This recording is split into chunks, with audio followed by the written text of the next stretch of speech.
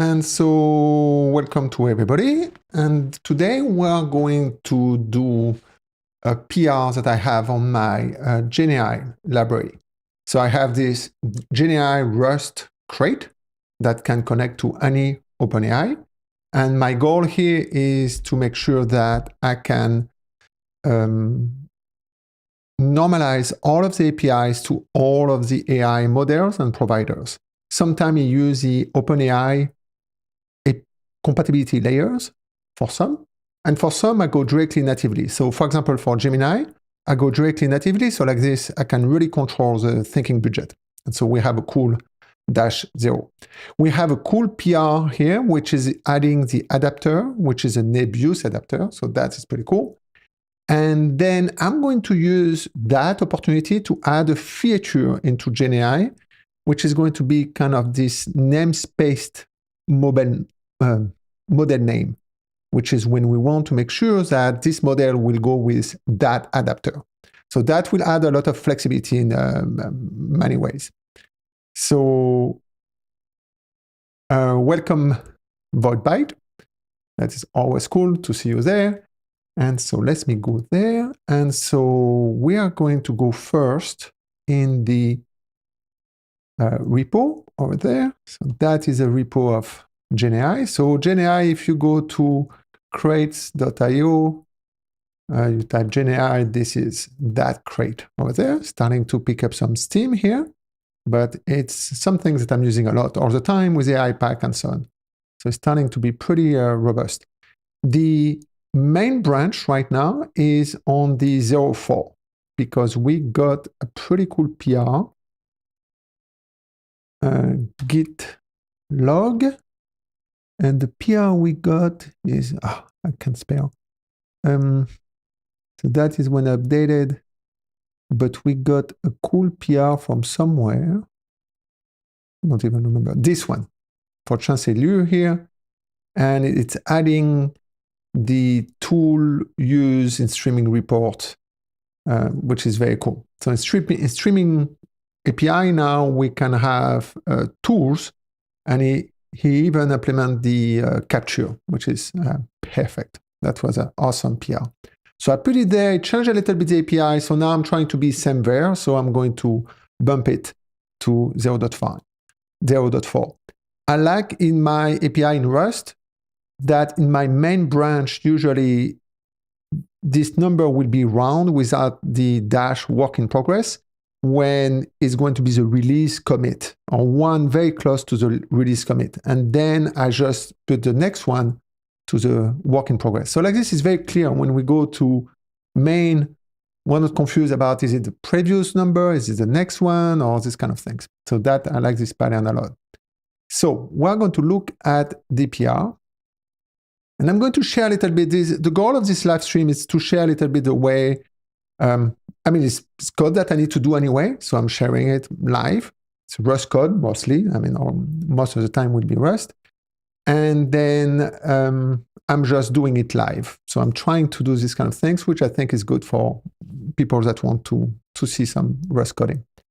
So we have that PR, and that is a Nebius adapter.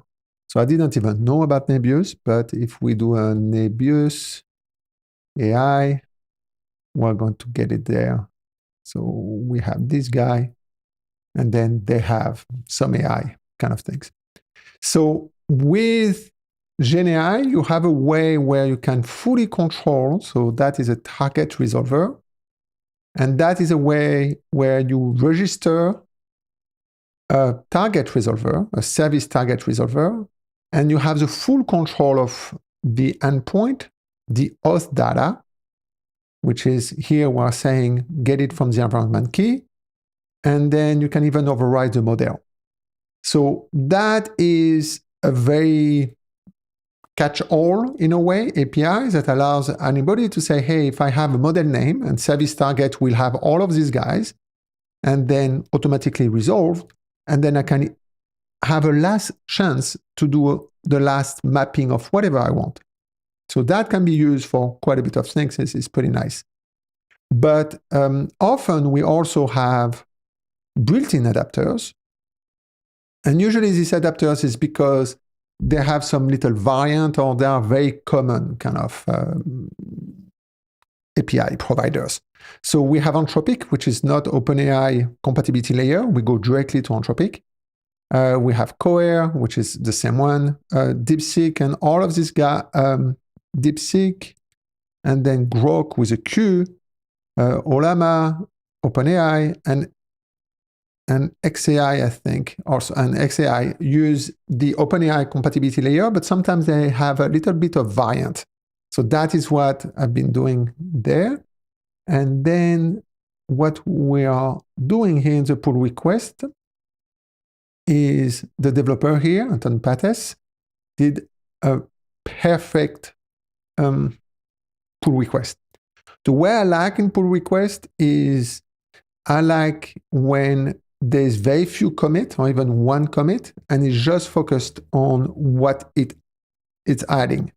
And there's no white space and reformatting. And this one is as good as it gets. You know, I can see very clearly here in the web without merging exactly what has been done. So that is a very good PR. I love this kind of PRs because it allows me to, even on the mobile phone, to look at what the developer did, and I don't have to merge in my head different commits and everything. So this is awesome. Big thanks. So the way here is that we are adding Nebius Adapter kind, and we can see that most of the adapter here is going to, so there's all the model name. We're going to talk about that later. And then it's mostly going to the OpenAI adapter. That is the way it works. It's reusing the OpenAI adapter. So again, the developer that did the push here, it's exactly the way that I would have done it. So it's really a perfect PR. I mean, yeah, it's a perfect one. Now, here's the thing that I don't like, not in this PR, because this PR is perfect, but in the design that I chosen to start with. And it's something that I'm going to add a little bit to be a little bit more flexible in the GenAI. So first here, the GenAI, the goal here is we normalize, if I visualize it a little bit like that, we have one API for the chat, and then we normalize all of these kind of things where you can talk to anybody. And the way that when you give a model name to make it convenient, simple, I know that if you start with GPT, I'm going to take this adapter. If you start with Claude, I'm going to take this one. If you start with Gemini, it's going to take this one. Now, there's a trick here. Sometimes, for example, for Grok or XI, they don't have a prefix, a clear prefix. So we have these things where when we go to, I think it's Grok here, we have, so in my code, so the code is organized like that. Yeah, I have my client, I have my adapters, and then my web client, which is request, little wrapper, my resolver, which is API. So that is the way that my code works. And then if I go to the adapter kind, this is where we have all of the adapters. And that is, you know, the way we give it nice. And then we have this guy. No, this guy is just, what is this guy? It's a default key environment name, okay? That can be overridden. And then we have these kind of things, which is a from model. And that is where things kind of happen in a way. Oh, sorry. Again, I did. Epic fail. I did that mistake again. So I need to be careful. So the thing I was saying here just before is that we have all of the adapters over there, the code. And the trick here is that in my code, so we have all of these adapters, which is Anthropic, Cohere, and everything, and we have the adapter kind. And so in the adapter kind, this is where we have, it's an enum adapter kind. And then we have some convenient function to go from and so on. And then we have that guy, which is a from model kind of things. And then this is the one that will get the model name and will decide which kind of adapter kind is. And that will allow us, for example, if you go to example here, it's like super simple to use because you can use any model you want, and then you're just creating a client like that, the default, and then you're creating your chat request. And then here is just to show an example, but you are going to do a client execute chat. Then you give the model name and then the chat request. By design, the library, I decided to decouple the model name from the chat request because in fact, they don't have anything to do with one or the other. Okay? A chat request is, system and instructions and everything. And then the model is the one that is going to execute this chat request. So in the API, I completely decouple the two. And so that is cool because you can start this one and then run it in different models and do whatever you want. You can start with one and with the other and all these kind of things. So it works pretty nicely. And the way that I decide from a model name is that function again, where I'm going to say, hey, from model name, I give the str, and then I'm going to decide which one it is. And again, the user here with the service target resolver can override everything, the endpoint, the auth, even the model name, and all these kind of things. So it can do all of this kind of stuff. So what we want here, what the developer kind of added, it added this PR, which is adding the Nebius one. So we can see that there's a Nebius over there. And when I was driving in San Francisco the other day, I saw a big billboard with Nebius. So I'm going to say, okay, they are good, big guys. And that is all of the mapping here. So that's nice because it does work.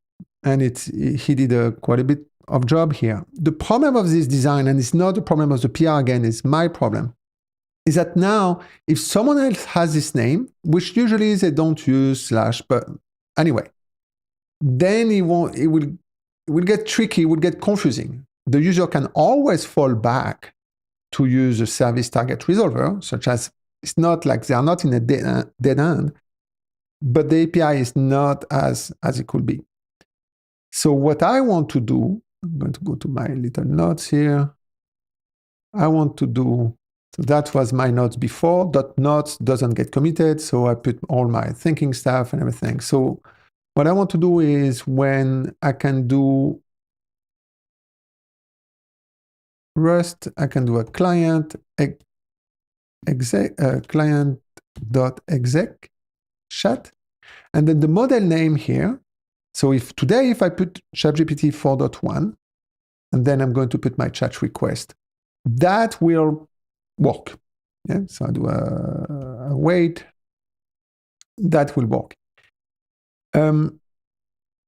Now, what I would like to do actually is also to say, well, I have a name that doesn't start with GPT, for example. So you are not mapping it. So I map GPT and many others. Yeah, if you look at the adapter kind, GPT, or 3, or 4, or 1, and ChatGPT. So I match this one, but there is one that is missing, I think, is codex.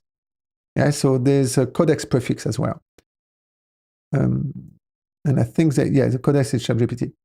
So what I want is to have something like that where I could do that, or I could do something like that where I do OpenAI, codex, whatever, yeah, codex Lite or whatever they have it.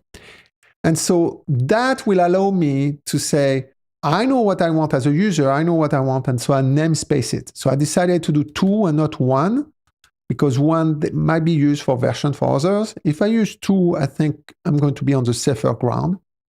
And so the point here is I'm going to see if that match, and if that match, I will always take this guy.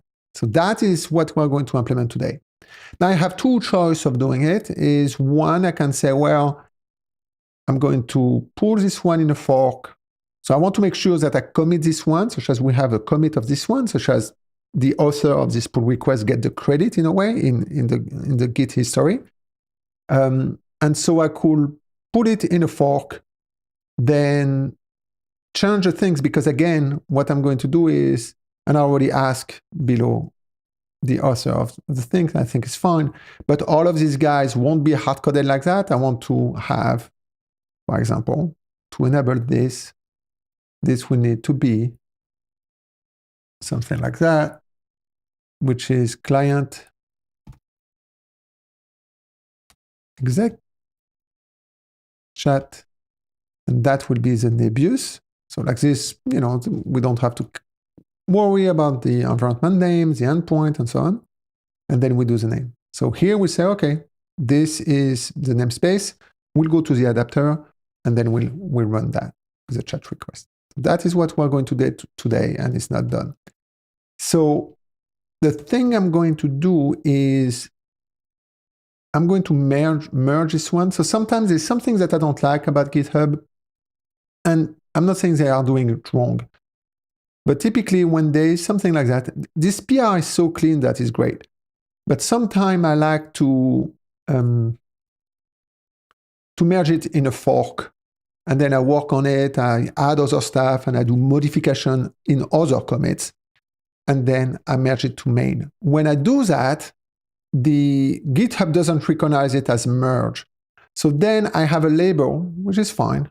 It's not ideal, but it's functional. I do PR merge all the time. So like this, I know it's merged. It's very clear that has been merged, even if GitHub doesn't recognize it. Now, GitHub will put the commit line, so that will be great, but it won't be safe. So in this case, because I am already on a 0.4, I'm going to squash and merge on main, which usually I don't really like, but I'm going to do that. And I'm going to confirm squash and merge. And so boom, we have it. And so now I'm going to go back there, and I'm going to do a git pull. Okay. So adapter from namespace void by. Yes. I'm not sure yet. You might be right. I'm not sure. We're going to see that. Again, this live coding session sometimes is about learning things, and sometimes here it's a work that I need to do. I've been thinking about it, but I haven't really crystallized it. So in a way, we are doing is that all together. So that's my goal. And so, hey, Manish, nice to have you here. So now what we're going to do is, so we have this, and we merge the things. So now we are going to have this thing. And honestly, so we have the Nebius over there. We can go a cargo test. So here's what I'm going to do to make sure it didn't break things, which I don't think it did. I'm going to check at my test. It didn't add the Nebius, which is good, because I don't really want to set up the Nebius guy over there, because I have enough right now. So that is a challenge here of my thing, is sometimes some of these adapters, might be not fully tested because you need to pay for it, and I cannot do it in a CI because I don't want it to run credits on. So there's a little dance over there. So what I do is I have a little hack on my machine to put the keys in the environment variable. It's not perfect, but it's better than having global environment variable with your keys. And now if I do, I'm going to use AI pack, but has nothing to do with AI pack, but check keys. AI pack will check my keys, that all of these keys has been set up without displaying them. So now I can have them, because if I display it on YouTube, I have to reset them all. And so now that I have this, I can do a CWT. So I have this CWT. I'm going to show you what it is, since you guys are here. So that is my CWT. This guy here. So CWT. It's a little bit a big one. And honestly, I design it, but I ask ChatGPT to code it. I mean, AI to code it because I'm always confused with all these notations. But basically, is if you have only one, it will test only this function, like a cargo test. If you have two, it will assume that the first one is a test file, and then the second one is the prefix of the tests you want to do. And that is super useful. I'm using it all the time. I like Cargo Watch. Bacon is good, but it's a little bit too fancy in a way. The fact that Cargo Watch is so simple is good. Another one also is Watch Exec. I could have done the same thing using Watch Exec because Cargo Watch has been a little bit put in maintenance mode, but it works very good. So that is what I have. You shared the, yes, I shared. I need to put it on my Rust 10x website, and I'm mad at myself all the time I don't spend time. So I have some few stuff there that I want to put everything. So what we're going to do is I want to test now, and the way that for that libraries, usually I don't do these kind of things because it's not, the way to do it. But for that specific library, since I want to test all adapters, and I want to test the adapters one by one, I decided that the dimension I was going to go is my test files, integration test, they are pair adapters. In fact, I even split reasoning out. And then I can test these guys, and inside these guys, I have all the tests. Test chats, test chat implicit cache, string test, and all these kind of things. And then those guys are going to use the support here, and I have all of the meat, in a way, there. So that is what I've decided to do in this particular library. And that is heaven, because I can test one at a time or multiple or whatever. So in this one, we're going to test, for example, OpenAI. We're going to do test CW2, test P, OpenAI. And then I just want to test. We're not going to be too, well, I can test everything. And then I need to make sure to give another one, otherwise it won't work. A little shell script. And that should test the whole beast. So now the good news is whatever this pull request didn't break my guy, which is, it would have been very weird if it did. Yeah. So yeah, this is a cool pattern for tests, but I want to make sure here that I explain what is good, and it's a good pattern for test when you have this kind of libraries or things that are using multiple provider, multiple connectors or whatever, because you define your selection. I could have other tests without the -p, and then those will be normal tests that are not per provider. But this is a good one because, again, when you test, you have one dimension in a way, a convenient dimension, which is the file name, and then the test function name. And so I always make sure that my test function name are relatively unique, even globally, yeah? Because this way it's great. So here they are unique globally, but they are for that goal, but they are obviously repeated everywhere. And when they don't support JSON mode, I don't support it. So,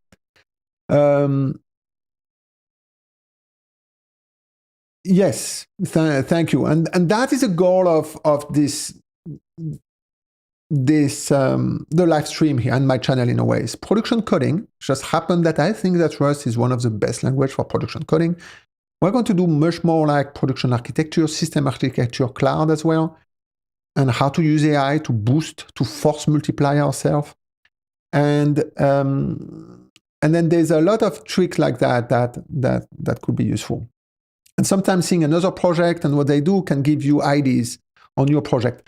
And again, the thing I'm saying all the time is I don't believe in truth, I believe in proximity. So, take what you think makes sense and then adopt it for you, and always repeat the story in your head.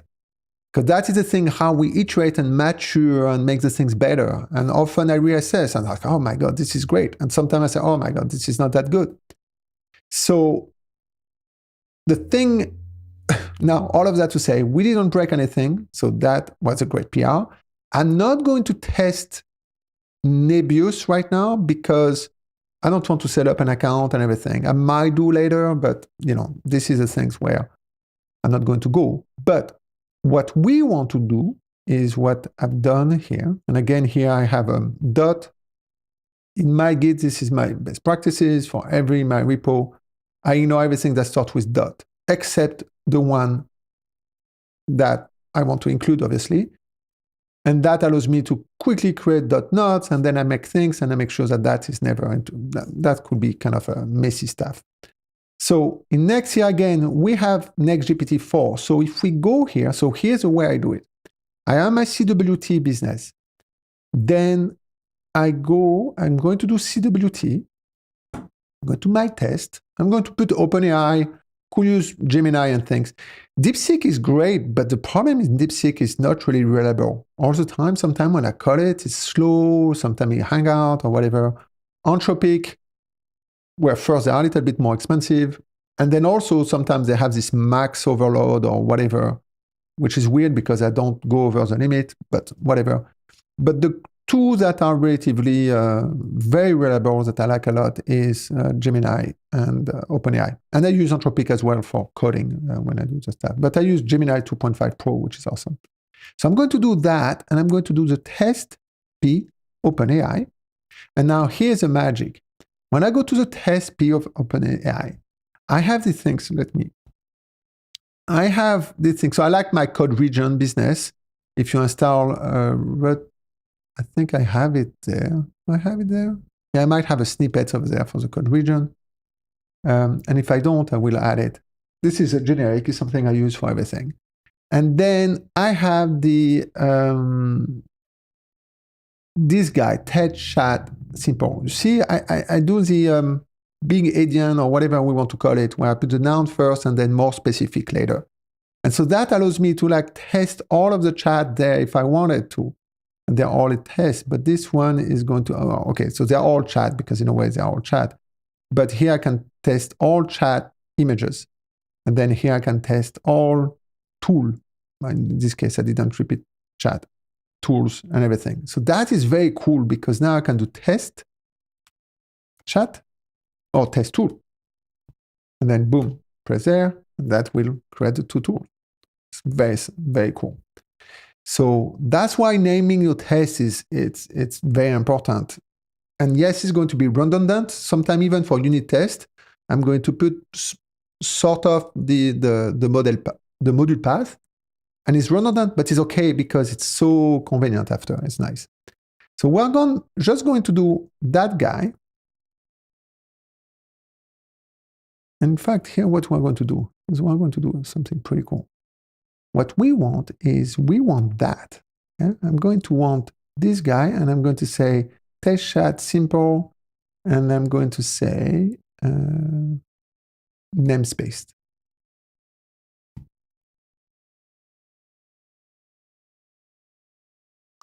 I don't need a simple here. That is very cool. And now for the namespace, I could reuse this one. Or I'm going to say, no, I don't want to reuse this one. I'm going to put it just hard-coded for now here. Or can I or should I? Well, it's nice to be on top and to see everything. So I'm going to do that. So the way I like to do it is I put things like this. So like this, when I want to test other guys, I just can copy paste because I'm lazy. And now I'm going to do a const. And I'm going to say ns for namespaced, and then str. And now I'm going to have OpenAI.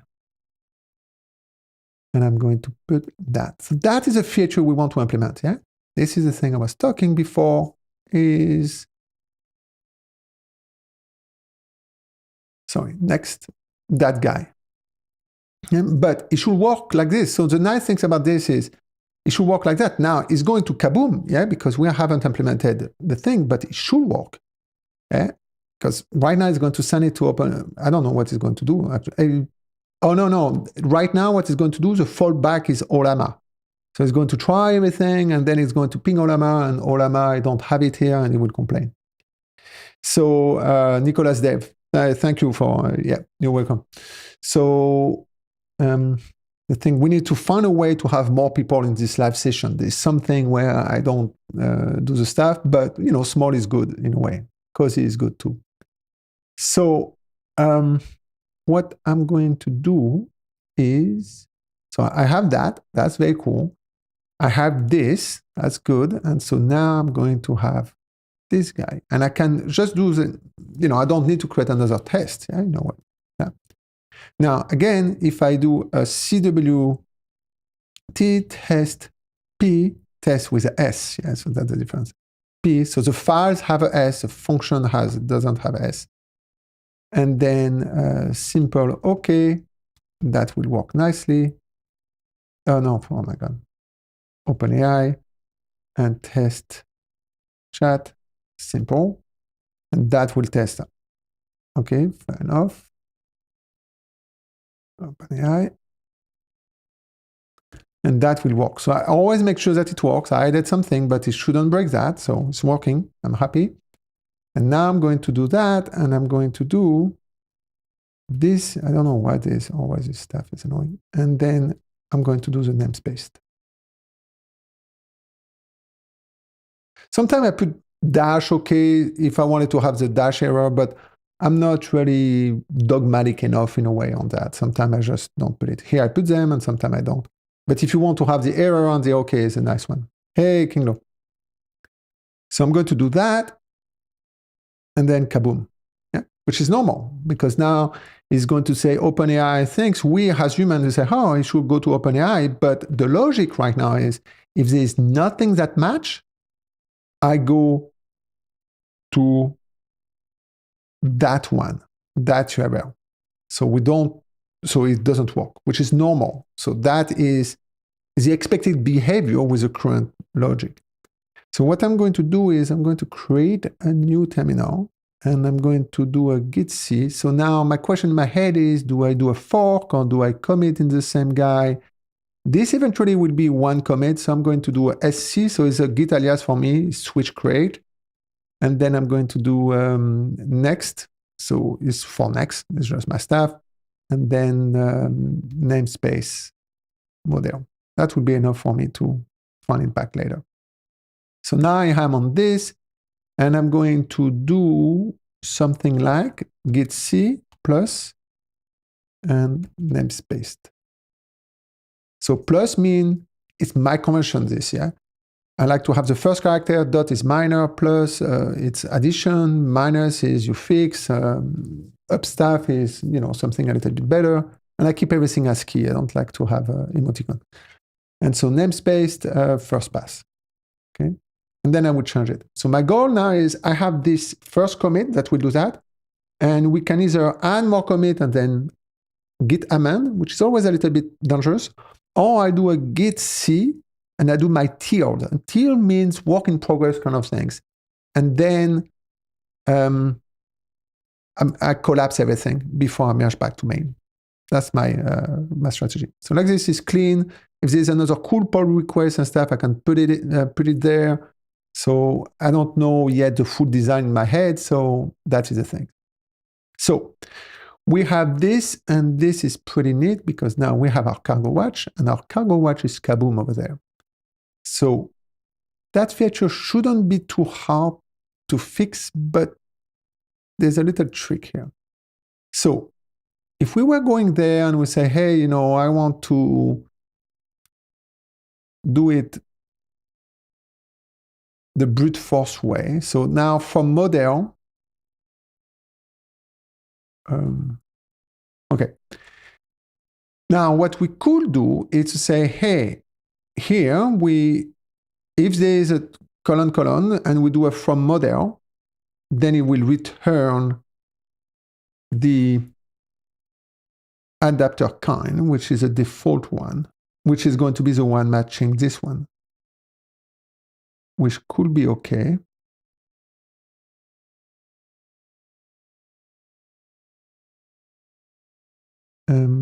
The trick here is to say that when we do the final, so here's the thing why I'm thinking about stuff. If we go to the type, model hidden, yeah, so model identifier, I put hidden as identifier, I probably should have spelled it out, I don't know. We have the adapter kind, and so the adapter kind is very light, It's clonable and stuff. It doesn't have much information, but it says which one adapter kind we are using. Then we have the model name. Because that always gets cloned everywhere, I have this model name and I have the arc str. There is a very cool, very old video of Logan Smith on arc str, which I like a lot. So I agree, when you want to clone names and names become an ID kind of thing, this is a good one to have. And then I just wrap it into my own type, such as, I can, do more stuff with it. So that is the internal stuff. It's clone friendly. And then that works pretty well. So the trick here, my question in my head is,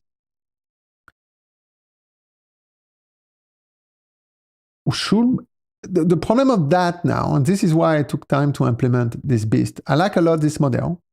Now the problem is, well, this model might not be a valid model name then, because it will have this prefix. So if we change it there, and this is what we want to do, yeah? So we're going to do, I think, what we're going to do something like,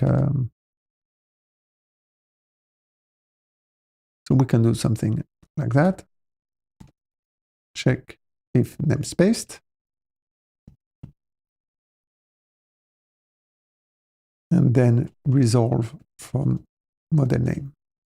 So the check from namespace is to say, we're going to say, I always in Rust, and I'm not always sure about the right way, but if we do, we're going to do a model fine. I think it's fine. Is it fine? Yes. And we're going to do that, something like that. If let sum ns index, and you're going to see, I'm going to really show how I work. It might be, that make like some senior developer like really cranky, but this is the way I do it. So I do this, I see use size, okay. In my head, I say, well, do they give me the index before, or this one, or all this kind of thing. So what I'm going to do is, I'm just going to do a debug print. Yes, I am a print developer. And then I'm going to do a model, and I'm going to do a slice, I think. This one, stuff.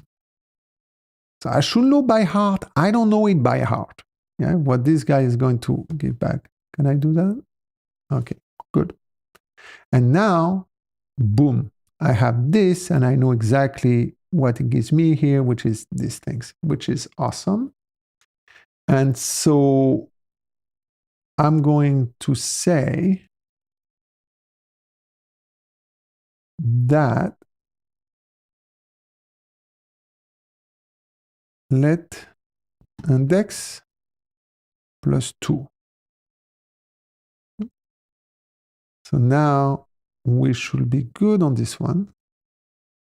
I can do a stream, but a strip left or whatever, but this one is good. So now will give me the remain, okay? So that will give me a rename and things. Now, the thing I don't like about this, split, void, you're right. I knew I was doing something wrong, and this one is the right way. X void, you are completely right. So we're going to do a model split. So I would have done the same thing in my head, and then I was like, I think there's a smarter way. So we do a split, and then the split here, what does it return, this guy? It returns a split. And so I'm going to say, is there an example? So come and click on it. Oh, a vector business.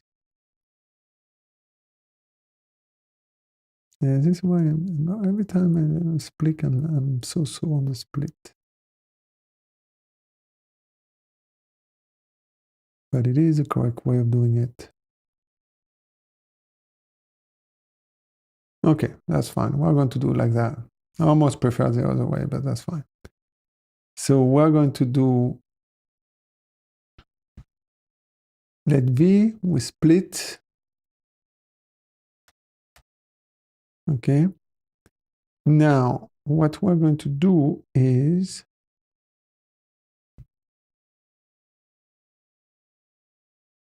And then we do collect. That never fails, which is good. And then we're going to do our very ugly things. Senior developer wouldn't be happy. So I'm going to check my understanding here, OpenAI and stuff. Now, here's the thing, the crazy stuff I'm going to do. And yes, I should know by heart, but we all have the brain we have. And I'm going to say, well, what if a GPT 4.1, just 4.1 or whatever, what does it give me? It's going to give me an array of 1. So if I have an array of 2, then the first one is the first part, and then the second one is stuff. So that's cool. So we're going to say if v length. And the reason why I'm doing that is sometime I will use AI, probably autocomplete there, to see that. But the reason why I'm doing that, this way I don't have to Google and change stuff. I like to go in my code and look at my print, and then I make my assumption. When it's simple, it's good. So equal 2. Now, the thing I don't understand is split. I don't want split, because if there's another column, I just want, so I think I can do a split first. So command option, and we're going to actually split. There's a split n, no?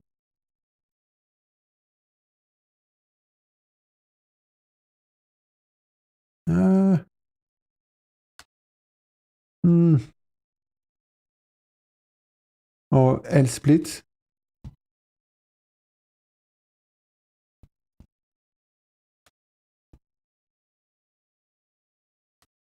Okay, I don't like it. Okay, I'm not super big fan of this one. So I'm going to go back here. So no shame. Yeah, and every time I do that, it's in Rust.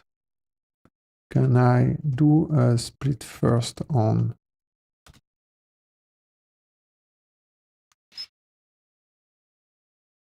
Split n. There's no underscore. I knew it. Split n, and we're going to do 2. Why does it need 2? Okay, because we want 2 guys. Okay, cool. Okay. Now that's cool. And now we have the 2. So that is what we want, the split n. Okay, so we have the things, and then I'm going to do my hack again. OpenAI. No. Yeah, GPT-4, whatever, doesn't matter. So that should return an array of 1. And then if I do OpenAI, then somehow there's another guy over there like this. When it should be okay, the second part should be everything. I hate this stuff. Yep. So that I'm validating there. So I have the model over there. I'm happy about this. I'm going to say, hey, if v length, the name is very bad, equal 2, we're going to return, and this one is for model from adapter, yeah? So the only thing that we need to return is the name of this guy. And there's 2 choices here. One, I can say if the namespace, so from a design API standpoint, there's 2 choices. One choice is I can say, well, I want to fail if someone is giving me a namespace that doesn't exist in my thing, which will be kind of valid. The other one will be to say, I don't want to fail. I want to ignore it and to follow the thing below. The second option will be a little bit more relaxed in a way, such as if we have a colon, but if someone is using that in the model, but somehow it's not of our adapter name, then everybody's happy. The trick is that then we're in a things where it was a coincidence that it worked. Because if we would have matched our guy, everything would have been kaboom. So it's so then if we add it later, it will fail. So I need to think about that regardless of it. So right now we're just going to say only if there's two, we're going to do that. And what we're going to do is we need to return it. And so rather to do the match here, we are going to implement a function over there. And we are going to do so we don't need an error in a way, but we are going to, so it's not in serialization. So in Rust, I like to have serialization like that. So my implementation blocks are kind of by topics in a way. So I'm going to implement something like that. And I don't want to implement, I could go try from right now, and try from will be okay, but I don't want the whole error and everything. It's not needed to send an error, because the error, can be the other guys that send it. We don't have to send it. There's no really value of sending it. So I'm just going to say that, and it could be a from lower str. We're going to do that actually. And did I add it? No. So I like this one from lower str because I like symmetry. So that parse. And so we're going to do pub. And here's the thing here. So I have Copilot, autocomplete. I don't know if I pay for it, the $10 or not, I'm not sure. From lower str, we want a self, and we want it to do that. And now I'm going to do, so the autopilot, I don't have it on autocomplete because it's frustrate me, and it gets more things wrong than right. But I have it on, I don't know, I did a keyboard here is option /. And that will call it, hopefully. Well, should have called it. Okay, good. And this one would have been tedious. I could have done it, but kind of silly. And that is where AI is awesome. Except that, oh no, it's my mistake. Look at that. Name, str. That's why it was slow probably, because you say, what are you trying to do? No, slow again. Okay, so that makes sense. We do the name and we do the stuff, and it's lower str, so it's clear that, we're not trying to be smart. Anyhow, I hate this. And this, I don't want that. I want an option. And this, I want none. Boom, save. This is interesting. Oh yeah, okay, fine. And that will be some. So far, so good. So I have my form lower over there, and then I'm going to, so I don't need this extra guy. I am going to go there, and I'm going to return. I'm going to do something a little bit kind of ugly here. So I don't want that actually. You know what I'm going to, no, yeah, actually I want that. And so I'm going to let NS name, and I'm going to do V. I don't like it. So here's what I don't like, okay? I'm going to do a v.0. It's fine because my v length is equal to. But regardless, I don't like that. I don't like any code that can break. So I prefer to pass and have a bug or whatever, but the last thing I want is my stuff to break. Here is cannot break, but still, if I messed up this, that breaks. So that is where I'm not super cool. And then I think we don't have the let chain business here, which will have been good to have something like that, which is NS name. Do we have that? I don't think we have that yet. That will be super cool. We get one.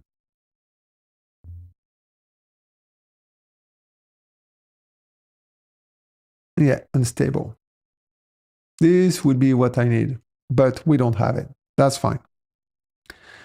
V first. Yeah, why did I say V1? This should be a V first. No, I cannot do V first because I need to check that it's 2, because they will always be 1. We know that. Yeah. So we need to make sure that there is 2. Next on split. No, but then if I do a next, I lose it. Oh, okay. I'm not sure. You might be right. I might be missing something here, but I need to check it's 2, because if it's 1, it means that there is not this guy. Yeah, that's the way it works. Yeah, correct? So if I do that, and I do a 1 println here, and I do a V, then I have some stuff here without colon, colon. Up. That would be an array of 1. So I have to check if it's 2, and then do the stuff.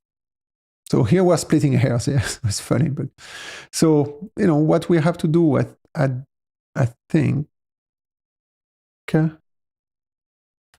is we do like that, equal 2, and then then we know. Okay, then there's a thing I don't like. We're going to do that right now. So we're going to do self from lower str. Oh, sorry about that. That was silly. We don't need that. I don't know why I did the self here. That was my mistake. Oh, I get the self because my brain got confused here. I like to debug myself. When I do silly stuff, it's like I like to understand why I was silly. So we definitely do not want that. Yeah, that would be silly. And then we're going to do that. And for now, we're going to do V0. Okay. And to do this, to remove the 0 direct access.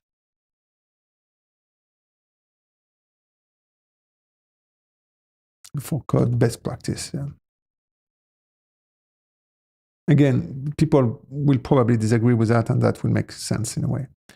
So now if we have a if let sum, and I don't want to spend too much, I might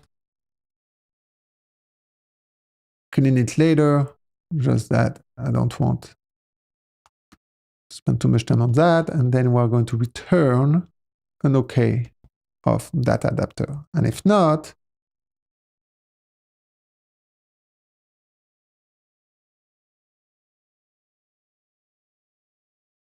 logic, and then we're going to do a to-do here, reassess if we need to throw error to returns error if no matching adapters.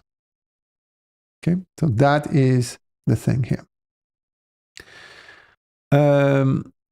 So I think that will work. Yes, you're right, Xavier. This could work. The next, I don't care about the next is tricky.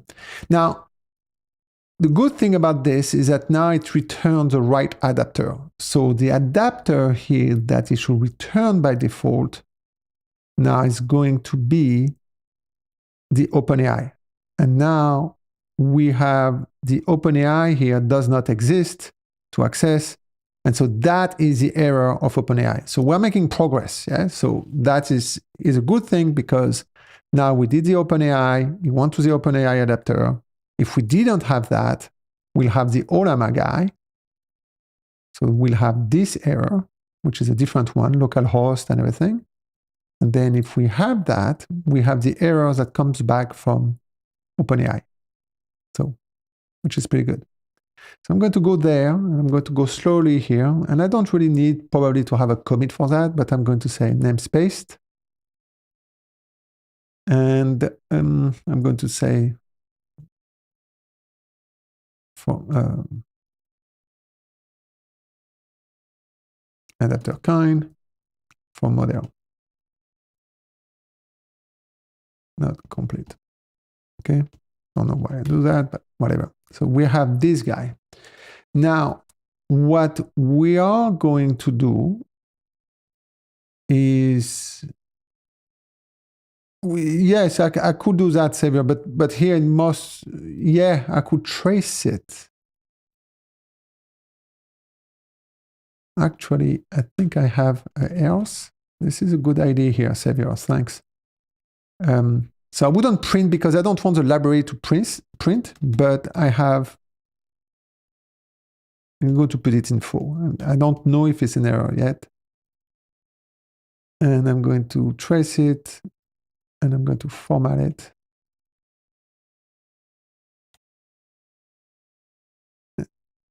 Format it and say no adapter kind found for, and we're going to do that. Let ns, and I'm going to put this guy there. Yeah, I like that. And no adapter find for, this one like that, ns like that. Oh, sorry about that. That's silly. I don't think I need that. And that should be good. I think that is fair. That is cool. Yeah, no adapter kind. There will be a discussion here to say, hey, should it be one or info? But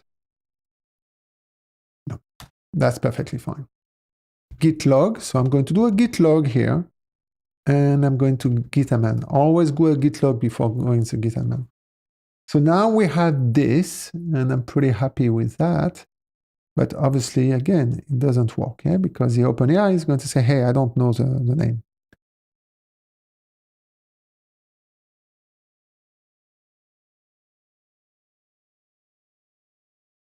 Oh, yeah. Yeah, I could have done that, but that's fine. We're good enough here. We're speaking here. So now, one of the things, so my challenge here is to say, when does a model name becomes,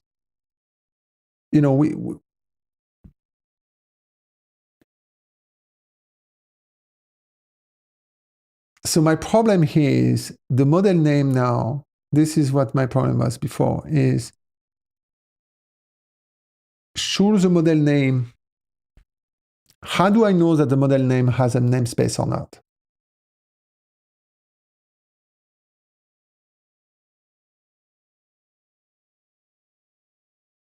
Because when I send the model names, eventually, so the way here that it works, if we go to the client implementation, exec, chat, we do the default model name here. So that is a default model name. And then we are calling the service target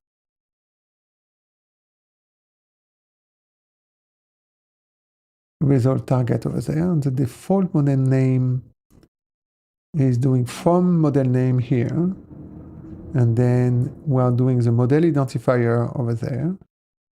Now, the thing I'm confused about is we had another guy as well back in the days. I don't think I removed it, which was in the resolver model mapper. So where do we call this guy? So model mapper is another way of, mapping the model. So that was kind of, in a way, legacy, but I kept it there. It's a simple way. And from mapper name, I'm going to see where that is.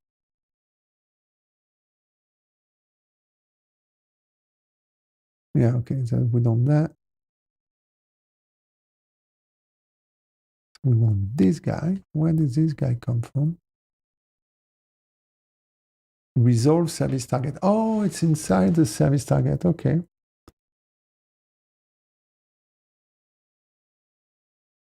That fair.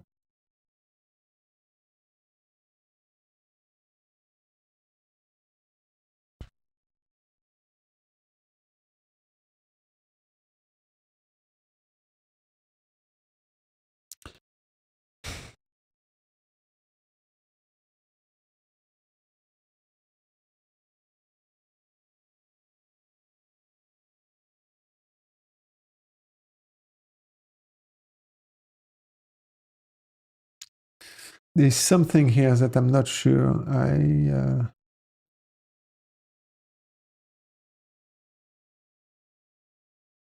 So I have this map here, model. So that is the first kind of things where people can give me a map model. Model is very cheap to clone. And so I'm saying, hey, you map this model with whatever you want. And then if it's reply to me another model, you can probably avoid a clone, I guess. Then this is a model. And then I do the get auth.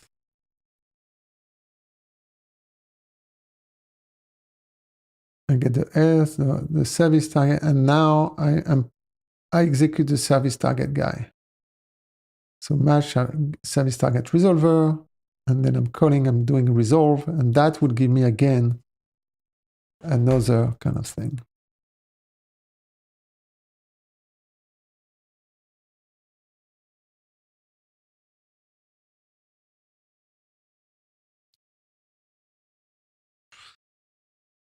So what I'm going to do is,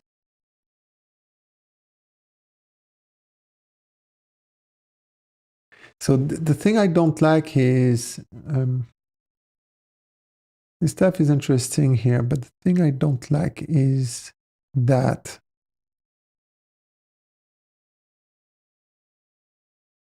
there's something I need to do.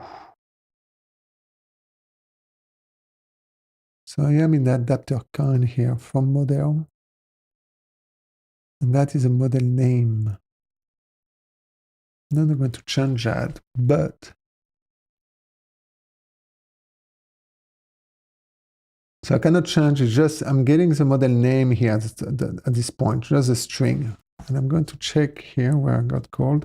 So my problem here, the thing I'm thinking is to say, well, should I do my model identifier?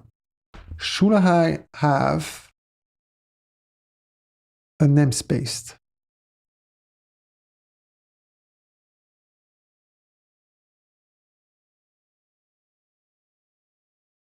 Yeah. It's very has no performance stuff. This is just a bool. And that is to say, well, this guy is a namespaced. And then if it's namespaced with a colon, then I will do something special with it. So that is one way that I can do that. Or the other way I can do that is to say, and I'm going to do that actually. I'm not going to touch that. That will be too intrusive for now. So the thing I'm going to do is in model name, yeah, this is what I'm going to do. So in my model name, which has a string, I'm going to say something like that, which is going to be, I have the from over there. So again, I like to have code region sometime. This is display name. Why do I have to do that? I don't like that. I like a lot my friend derive more. So usually I don't. Can I get rid of that guy if I have that guy? Yeah, I think that will work.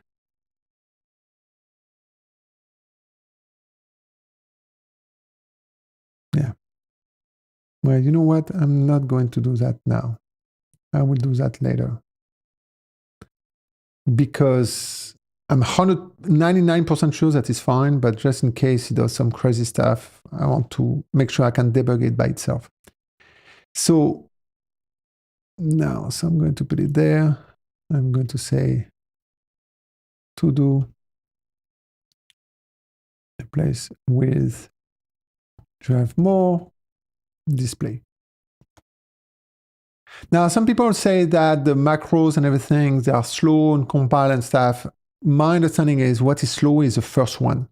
The whole scene and all of these kind of things. Those are kind of a big beast. But since we are using them anyway for serialize, deserialize, and everything, then when we use it on other places, it doesn't cost. So in a way, it's a necessary evil in the Rust ecosystem. As long as people are using the same scene and all, the macro tool and all of that, it's a good one. So I'm going to have utilities here, or like API. Yeah, whatever. And then I'm going to do implement model name. And then I am at loss because I joined late, and this is a very high level that I know. But this is interesting. Yeah, I'm going to try for the people here that are just coming. I think there's a few of them here. I just want to make sure. So GenAI is my library. Okay, it's my library. It's a library that I authors, and there's a lot of pull requests. And one of the goals here of GenAI is to talk to any providers. So OpenAI, Anthropic, Gemini, DeepSeek, and all of these kind of things. One of the design patterns that I have that has been working pretty well until now is to say that the way to decide, so I have these adapters things, which works pretty nicely. So connectors could have been, and so those are here, Anthropic and everything. Someone added this, we merged that today. And then the way it works is it goes to the, the way it works before is if you start with GPT and everything, it will say, oh, it's OpenAI adapters. Then if it's Claude, it goes there. Then it's common, it's going to be Cohere. Gemini is this guy.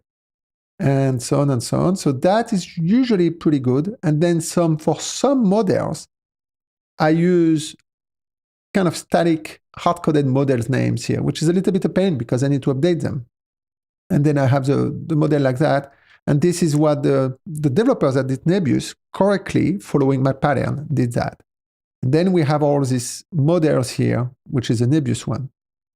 So this design works well for the common part, but what we want to implement now is to allow a model name to be like that. Next, where I can do client exec chat, GPT 4.1, or I can namespace the model name. So if I namespace it with OpenAI, I say this would go with the OpenAI adapter. Except if on the service provider guy, the guy kind of changed the name again. Yeah. So one of the things here that we need to do is something like that, where I'm going to do, so that is what we have implemented, there. We did the first part, which we return the adapter names that match if we find it. And then, but now it still doesn't work because we are sending that to OpenAI. And OpenAI say, what is this OpenAI : ? I don't know it. So we need to find a clean way without breaking everything else to remove that, without doing a kitchen sink kind of stuff. That is where we are a little bit. So now, what we're going to do is we're going to do in the model name, I'm going to have a function which is going to be a pretty fast one because we are not going to do any new allocation. And I'm going to do it, am I going to do it? I'm sorry, I'm being slow here. And I'm going to do it, public. So I don't know if I'm going to do it public or not. So we're going to do pub right now. Okay, that's fine. It might be useful for others. Well, right now it's ugly. So I'm going to do like this. And I'm going to do pub crate. And then once I found a good name is the thing. So here's what I want to do in the model name. In the model name, we have the arc str. And so what we want in this guy is to have the model return the model name and the eventual namespace. So we're going to do to name and namespace. So I'm starting with a very boring kind of name, which I think is okay. I don't say into because we're not doing into here. It could be almost as model name and namespace. And this will be the thing. Like make it silly explicit. And we're going to do a self. And that will return, we could return a struct, but we're going to return a tuple. Okay? And this is why this is a very boring kind of things. And then it's going to be a str. And then it's going to be an option of str. Okay? So this one is cool because might not have namespace. Okay. So now on this guy, I am going to do perhaps the same. So I'm going to pin this guy. I'm going to pin this guy. I don't like this collect because we don't need, but whatever.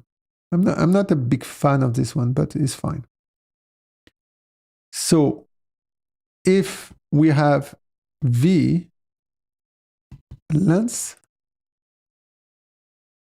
that we're going to do. Yeah. We're going to do savior. I think you were right. This is a much cleaner way. So we do the iterator. Okay, we do a split, iterator, and then let this guy, the first one will be the first one that we have, which will always be there. Yeah, but I don't like it now because this could be known. What does it?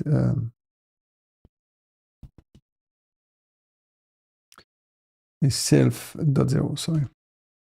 So I don't like it because now this is going to be, if I do a next, this is going to be perhaps, and I don't want to say where it's always there because I know the API. So this is why, I'm going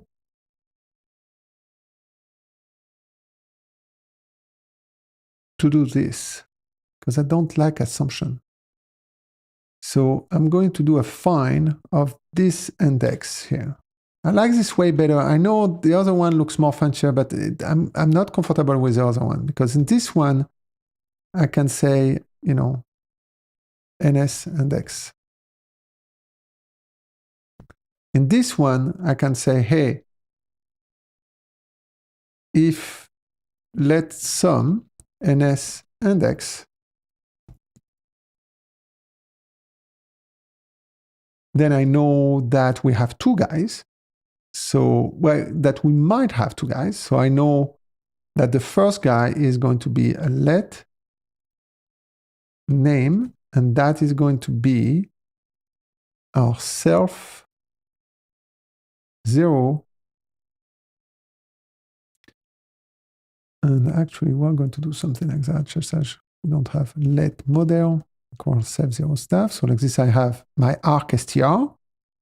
And then I'm going to do here this guy. And then I'm going to go there, this guy, contain. Well, I don't want contains because contain is going to respond true, false. I want the index. Yeah, so this way I have the index. And so in this case, I'm going to do a staff up to this index. Okay? And that should be a reference of str. And I'm going to str. So there's a way here where you want to do that. And then the next one is going to be ns str. Yeah, so we're going to get there. Yeah, okay. It's cool. We're going to get there. And then the next one is going to be, yeah, very cool.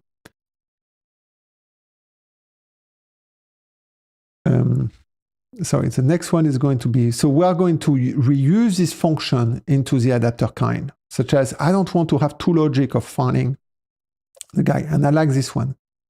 So, and it doesn't look as sexy, but you know, I don't like cute encoding. So the thing I'm saying is name stuff NS, and now that is going to be the model over there, and that will be the NX plus 2. Can I do that? That. Okay, I think I can do that. And then else.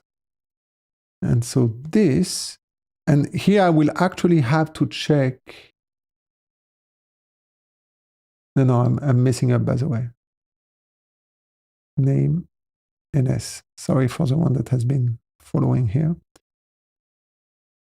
Yeah, that's cool. And then there's a stuff here where if this one is empty, what do we do? We'll talk about that later. And then that will be NS. Oh, no. Name. It's getting confusing because I'm putting the stuff. Option sum NS. Okay, so this is pretty cool. What I want is, I have a name here. So actually we can do that, yeah? G, we have a name, which is OpenAI GPT 4.1, and that should return a GPT 4.1, tuple of GPT 4.1, and then a sum of OpenAI. This is what we want. And then we want to say, if this is that, we should have that. That is what we want, which I think is what we have over there. So we do the NS, will be the beginning, the name, which has, you know, to do, assess what to do when name is empty. Or name NS empty. But right now, this is good enough. And then we're going, and if we don't have, then we're going to say the name is going to be the model here to make sure that we have the right stuff here. And then this one will be none. Press save. Why it doesn't like it? Okay, fair enough. Sorry about that. So if let sum, we don't have to be two things. I'm sorry, I'm not. Hey, Mohammed. And then this is pretty cool. This is what I want. And this should compile error here because it should complain. That's cool. Now, this is cool because we want to have it in the mobile name and say as a things. But then it say, I'm going to actually take that function and I'm going to go back there. And now I want to have model name and namespace and I take a str. And that is model. And now I'm happy because that should work very nicely. And then this guy, I'm going to say, I'm going to give a chance to Copilot. And that is good enough to me. So that's pretty cool. So this way we have this function here, model name and namespace from a model kind of string. Yeah. And then we have this one, which we don't have to get the model name. We can just do a dot. Yeah. So we're going to do that.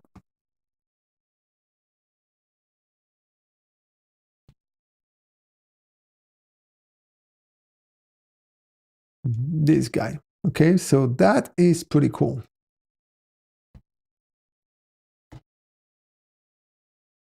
Yeah. So now that we have that, I'm going to go back to this guy and my cargo watch shows things. So here, what I'm going to do, I'm going to go back to my cargo and I'm going to uncomment this one because I don't like noise. This one will complain as before. That's completely fine. But it goes to OpenAI. So we make some progress slowly but surely. And now we don't have to do that anymore because what we're going to do is we're going to use let name. Well, we don't care about the name actually. And NS. Yeah, the namespace equal model name.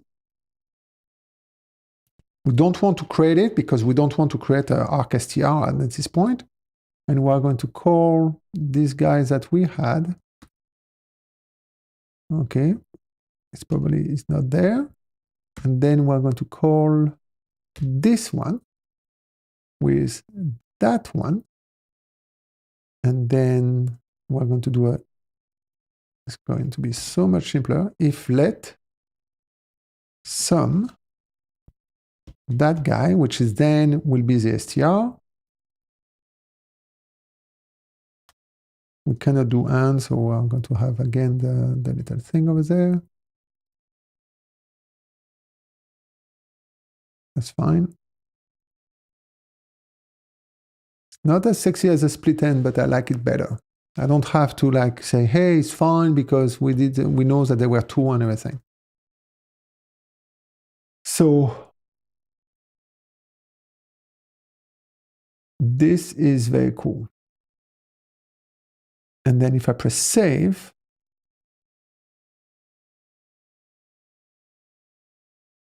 and then thank you, yeah, Mohamed, I'm going to do for database progress, which crate will be better or something else. Well, for the Rust NX and stuff, I think SQLX 808, I mean, those people, they know what they're doing. I'm hesitating to go back to Tokyo Postgres. I don't know. Yeah, so I think the two bets here for PostgreSQL is either SQLX or Tokyo Postgres.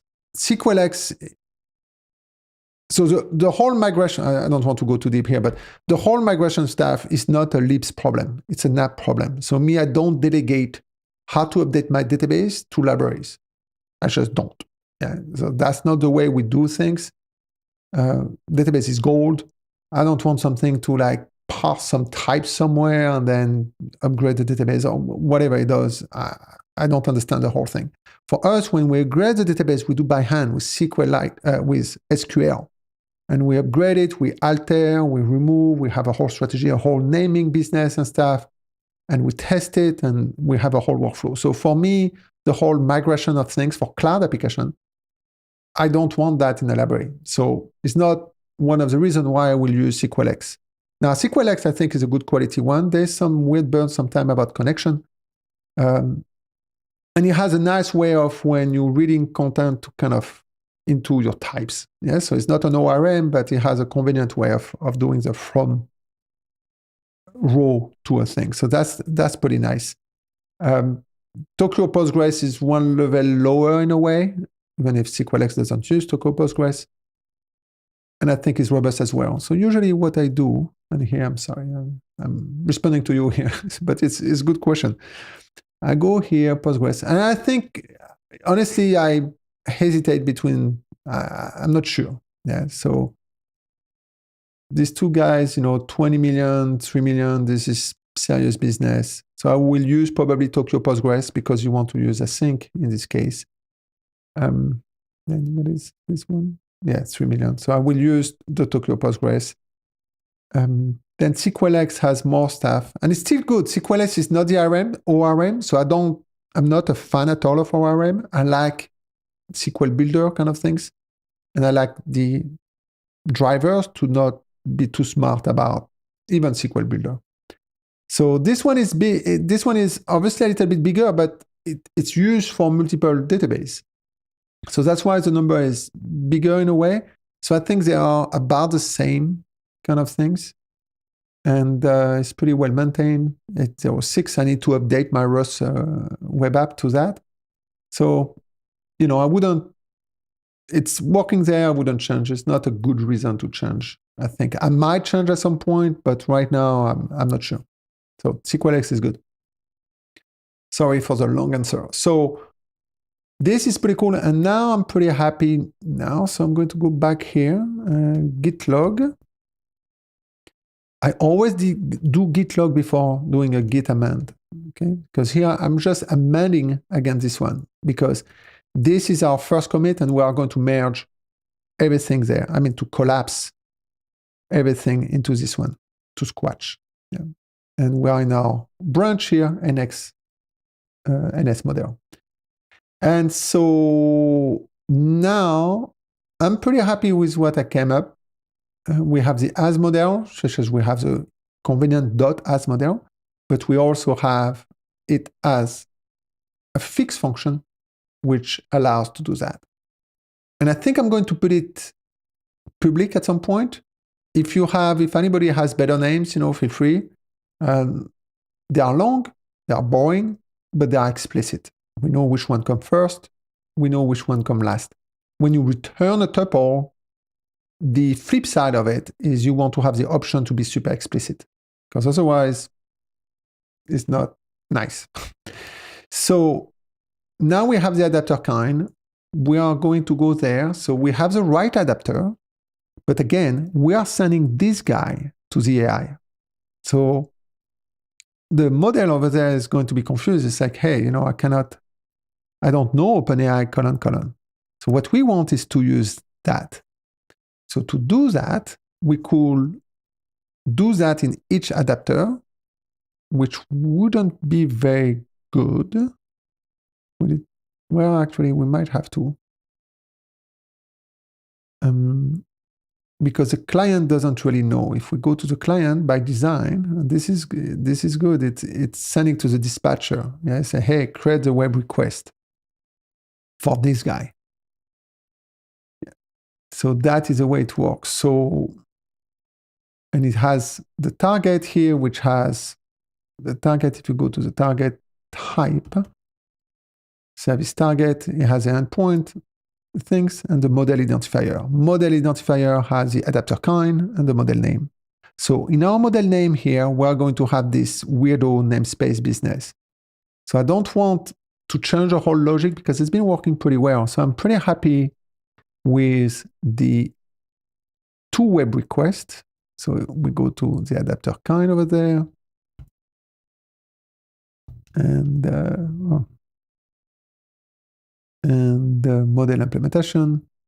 No. We have the dispatcher here. Okay. So in the dispatcher, this is where we do the static dispatch. 2 web requests is the one that will create the web request, such as it can execute it. And it's the same one for stream or not stream, I think. It is.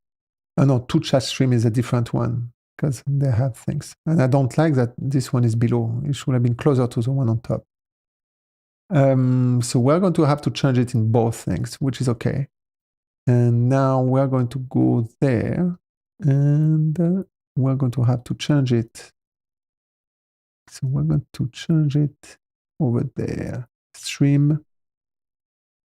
Let me check here to make sure that that's not. So now, so here's a trick, and I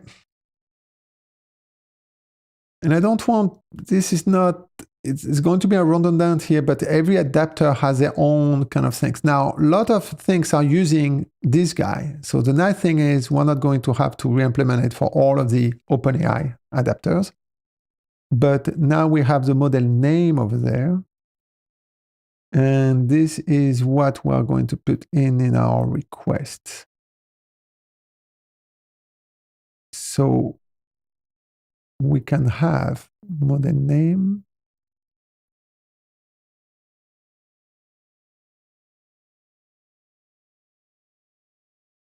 And I'm going to try something.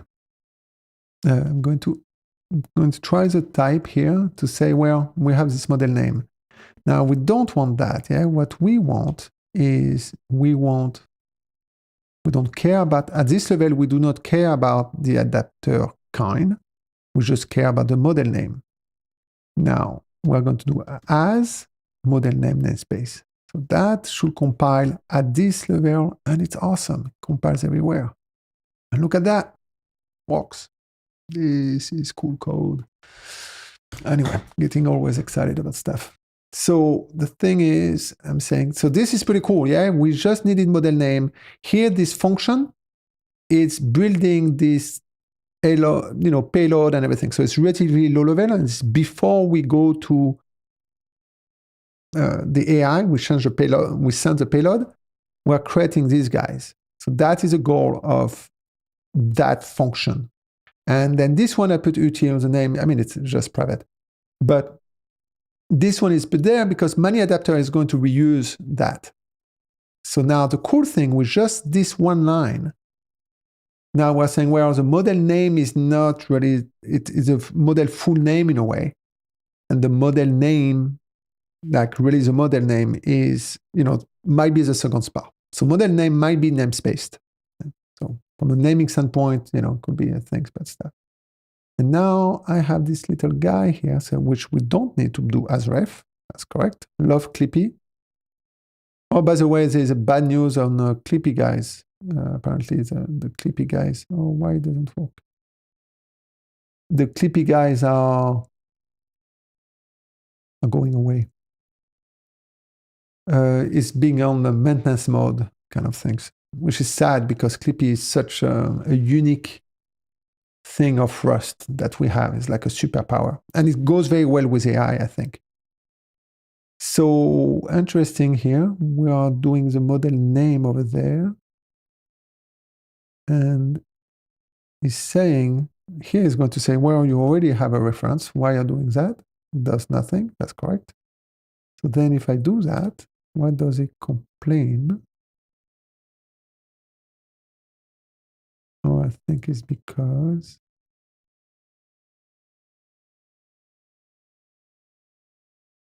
unwrap off air model name. Oh, yep. This guy. Yep, that's fair enough. That's cool. Yeah, you're right, Max. Yeah, this is a good point. It's not going away. They are on the Clippy things, my previous comment. You're right. Thanks for clarifying. Until they clean up the code base due to lack of contributors. Yeah, that's cool.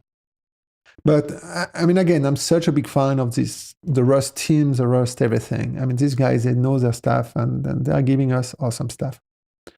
So, and the Clippy things, I love it. So even when I turn it off over there in my things, when I do develop, I always turn it back on because it's even for the unused is very good. And here is actually, you see, so here's a problem here. Clippy gives this one, and somehow this didn't get highlighted. It should have been. And now, if I put that, this one will compile nicely, but this one will complain, which it should have complained. Oh, no. Okay, my mistake. I thought it was taking model name. I don't know why it's complaining now. Okay, we're going to see why.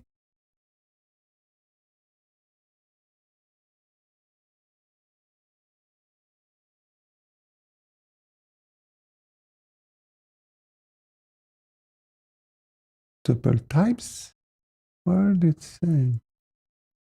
Oh.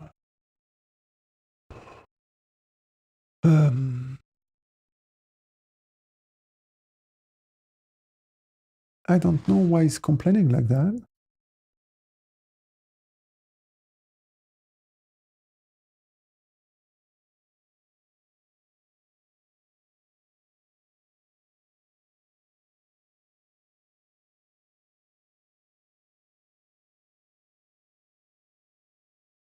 Oh, yeah, okay.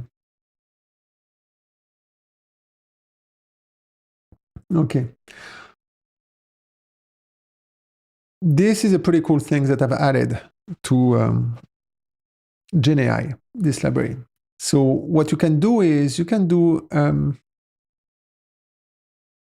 O4 mini dash low. And you can do also a O4 mini dash medium and a high. And for Flash Gemini, you can actually even do 0. And that will put the right syncing budget and stuff. So this is pretty cool. So the trick here is that I'm returning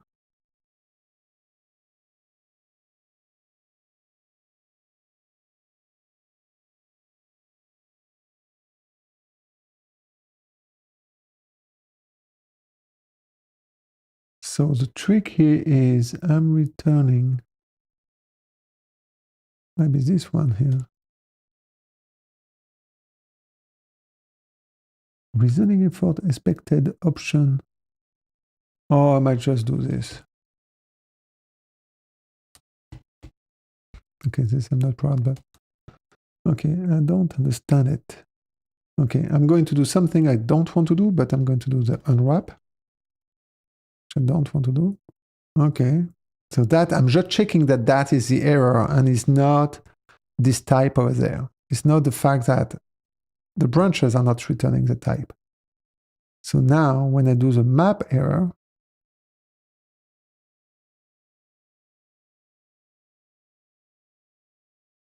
come on. This guy somehow reasoning effort. Oh, did I remove?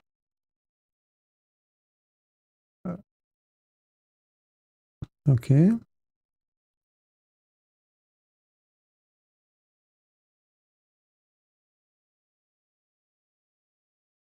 That I don't understand why.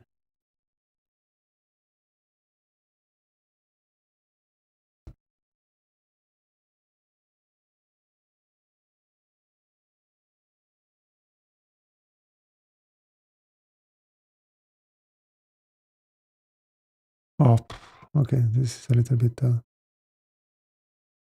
Okay, so here I had a reference of a reference. So let me see if I can. This one was a tough one to find. So this was not the error. The error was here.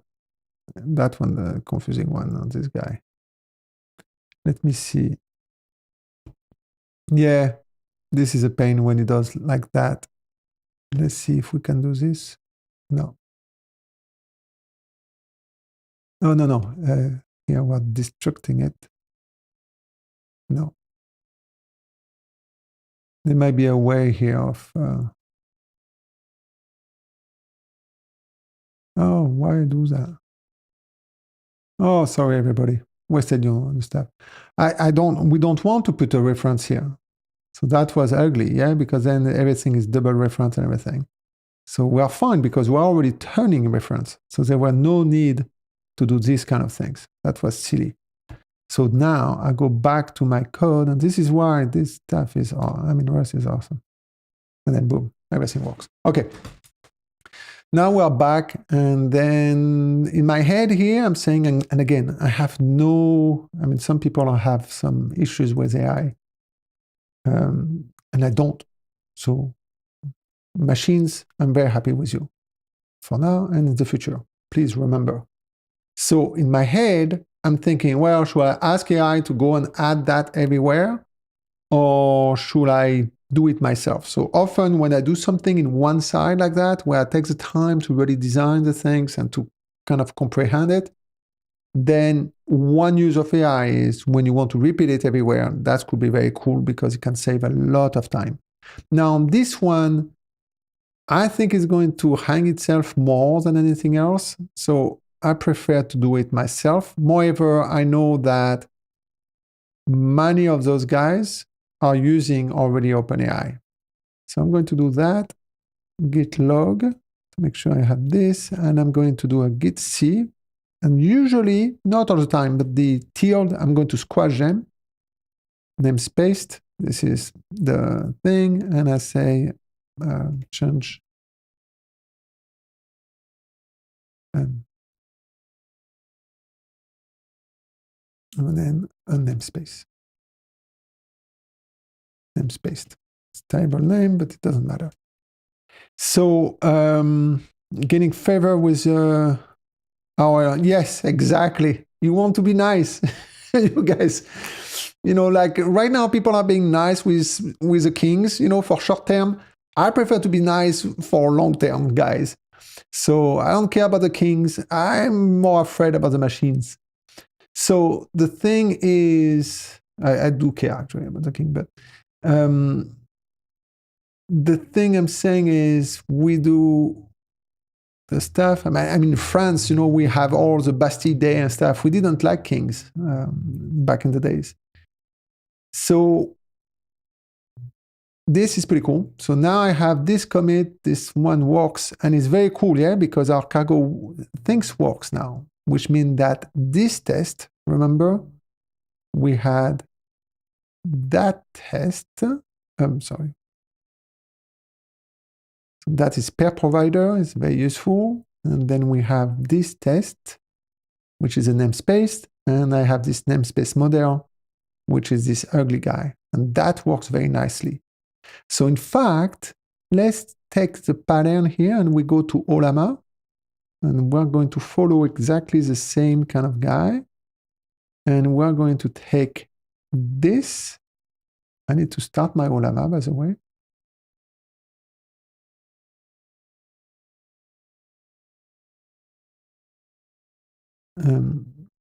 NS. So that's why I did like these two kind of things, which hopefully won't be an issue. And then I say Olama. And I'm going to press save. This is going to work, obviously. And then NS model.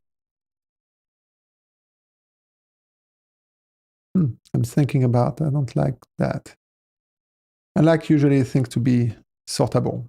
Model, NS. That's the way I like it. But yes. Which makes the name sometimes a little bit weird. And so this one works because we're on OpenAI. Now, if we are going to do that exact same guy on Olama, he will kaboom.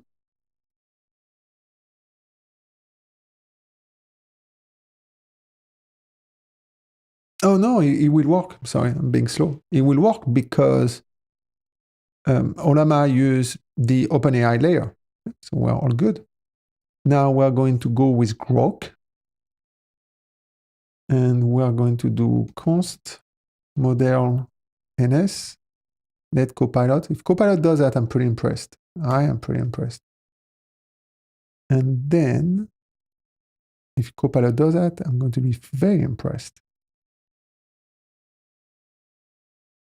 No, but it doesn't matter. Boom. And now I'm going to do that guy with our friend. Don't know why.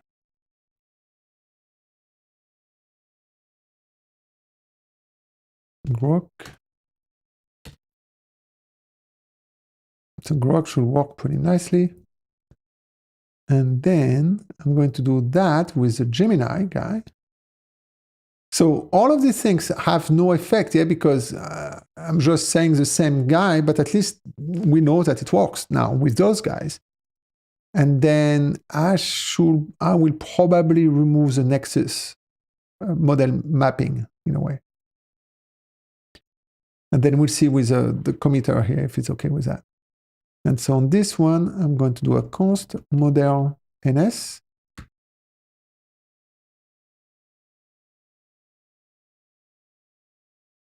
Gemini, that's pretty cool. And now this one should complain. So if I do Gemini, it should complain. So that is the way I do often when here, I would work exactly the same way that I'm doing live right now. Make it work on one guy and make sure that my unit test kind of breaks. Then I work out, and then first I want to run it and make sure that it breaks, because otherwise my assumption is not going to be kept. And then on this one here, I'm going to do a git log, and I'm going to give a git amend to staff. Always do a git log before you do a git amend, and then for muscle memory. Yeah. And then we do Gemini. So this one is crying over there, which is fine. And then the reason why is because we didn't add, is not using the OpenAI compatibility layer by choice, because now GenAI actually supports the whole thinking budget business, where you can put whatever thinking budget you want. And you have the -0 for Flash, which is awesome for Flash and GenAI. So what we're going to do is we go to this guy. That was a magic. And then we're going to Gemini, adapter kind.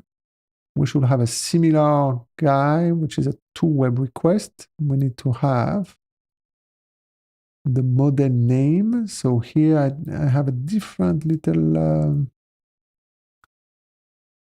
so I'm going to go, there's a little nuance here between the two. So what do I do here? The reasoning effort, I have the thing on top over there. So I'm going to put there the model name.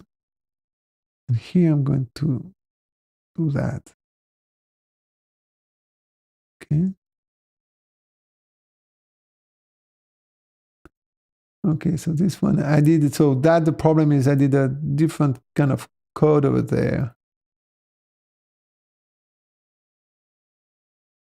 I have a different code path, which I'm not super happy about.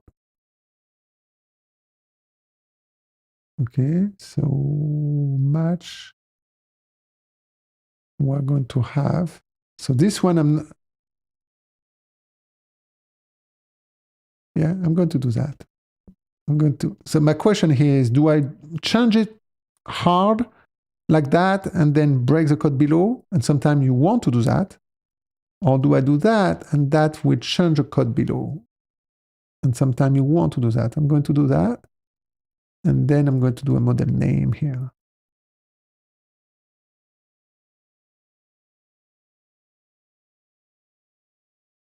So that is pretty cool. And now I don't need that model from prefix.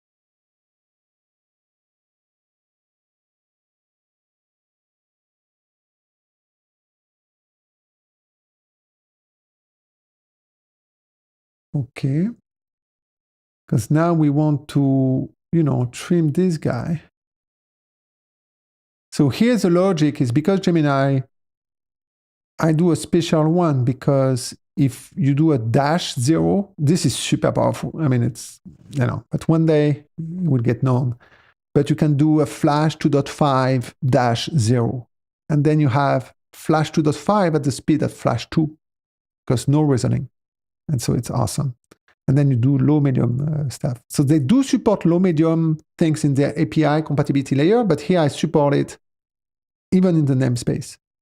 So now what we want is, if reasoning is sum, create the model name if there was a dash. So the thing I am going to be in a problem right now is, can I return prefix? That is going to be interesting. Yeah, because everything should be working. Yeah, so here we are doing a R split on the right side on dash, and if we have a -0, low, medium, high, then the model name is a prefix, things that is before it, and then otherwise the model name is the full model. And then I'm returning model name and the reasoning. And here I'm returning model and there's no reasoning. So that is the way it works. Press save. Not too bad. And then here into Gemini's clone. So this guy is going to expect, I have this internal stuff, is going to expect a model identifier, and I don't want to recreate one. Yeah. So I'm going to check here if we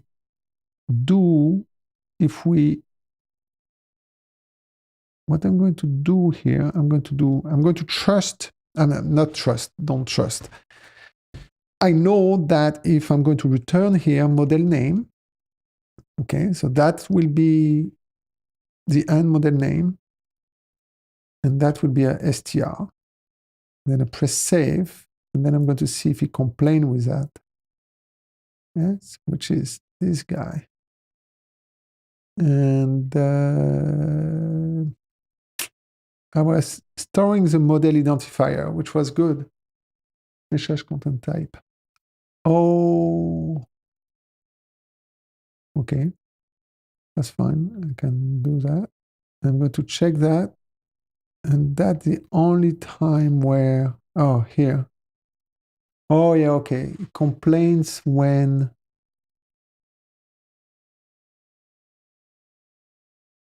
okay, it complained there because we have the model identifier in our error messages. And model identifier. So the trick here is to say, well, do I want, because now remember, yeah, the model.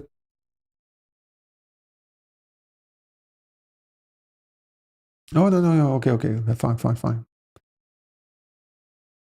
Model. Okay.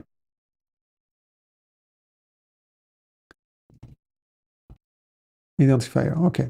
So that's fine. We're going to change the thing. So the first thing is a model identifier that will be used for error.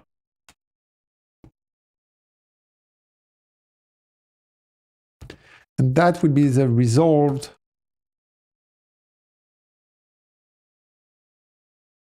model name for the provider. Okay, so that is the way it's going to work. And now that should be happy.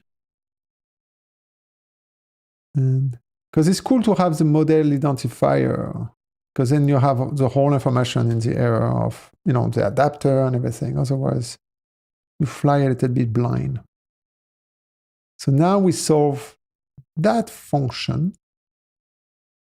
So this one is, again, the goal of this function is a little bit long and stuff, but they are preparing the low-level payload that is going to be sent to Gemini. And again, this library goes native protocol for Gemini.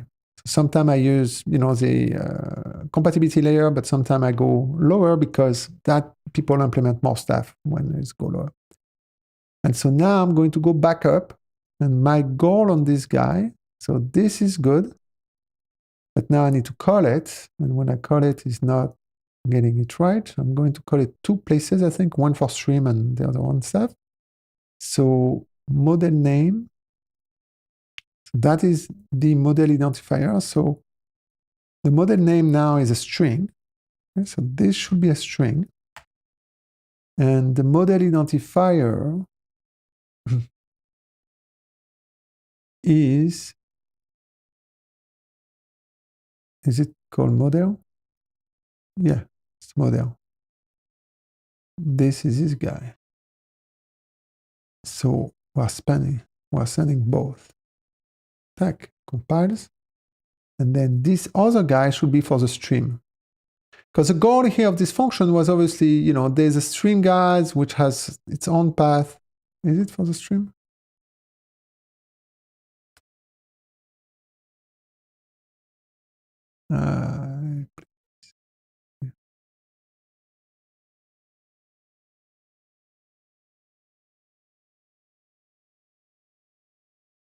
Okay, enough. At the adapter.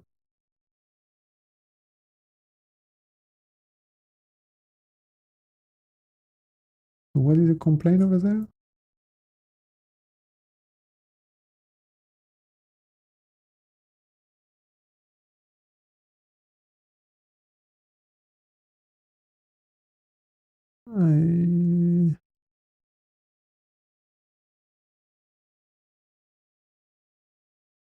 That should be a model identifier, okay.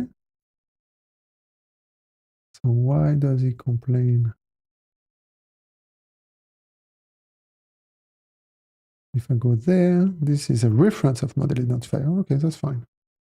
But I was just there. Ah, almost. And that. Oh no, sorry guys. The wrong keyboard. KI to no value moved here. Okay, that's fine. So I'm going to do a clone. And this is a clone friendly. I will fix the clone later, you know, but this one is a clone friendly things. Sometimes what you want to do is to say, hey, you want to try it with a reference in a way. So we could do that. It doesn't complain here. And then we'll change everywhere, but I'm not going to. Yeah, so, and then I do the clone on the error, which is not bad, yes, because this way, and again, the model identifier is made to be cloned. Okay, we're going to do that now. Yeah. So in this case, well, now I have to do this. It's a little bit more verbose. Here we're splitting hair because honestly, this kind of thing doesn't matter. But the nice thing is we are just going to clone when we do an error. In fact, otherwise, we don't need to clone it. So this way we have the thing there.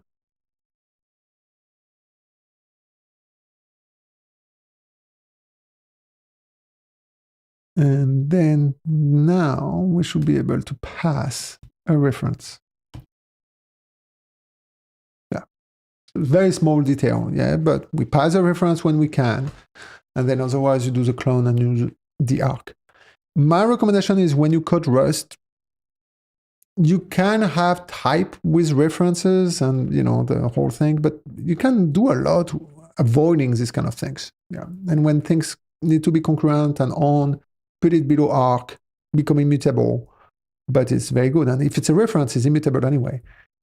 So that's my thing. And my go-to usually is I try to get my function to get references. And then sometimes I need to own it. Because here, for example, I don't want to clone the content. I want to take out the strings. So that's why I'm saying, hey, I want the whole thing. So now we have this. I'm going to press save. And it's weird because it still doesn't work.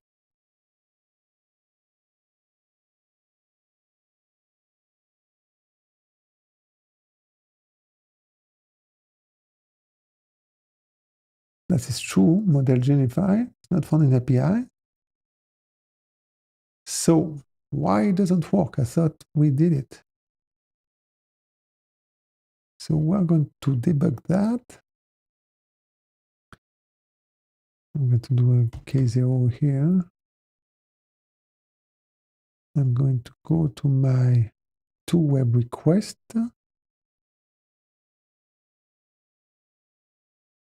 I'm going to do the model name over there. And I'm going to do a one print. So again, when I do the cargo watch, I have the dash dash space dash dash no capture. So that's why I can do that. I'm going to make sure here that that should be a clean Gemini. Okay. And now the thing I don't understand, and I'm going to make sure that here we're not reversing it back. I'm going to put a 2 to make sure that I'm always paranoid. Okay. So now why does he send? So he's sending that to the other guy. And payload, content. budget, system, tools, chat. Oh, I know why. I know why. And the reason why is that in Gemini, they are doing the URL business. The endpoint. So in Gemini, the model name is not part of the payload, I think, it's part of the URL. So here we have it in the payload, but then in the URL, when we do the endpoint, format, common, URL, get service model name. Yeah. So we are going to say model name. Okay, fair enough. Here we don't need the model identifier. I think if we have str, that should work. What? Why did it complain like that?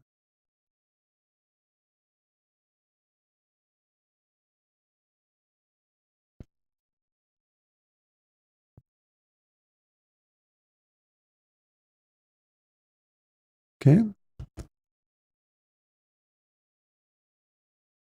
Ah, damn it.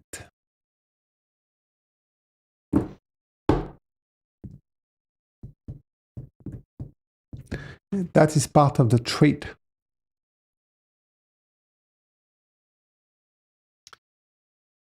That's fine. That's fine. This is why we have our model as, it's no big deal, doesn't take, no, it's not nice, guys. Oh no, model.name,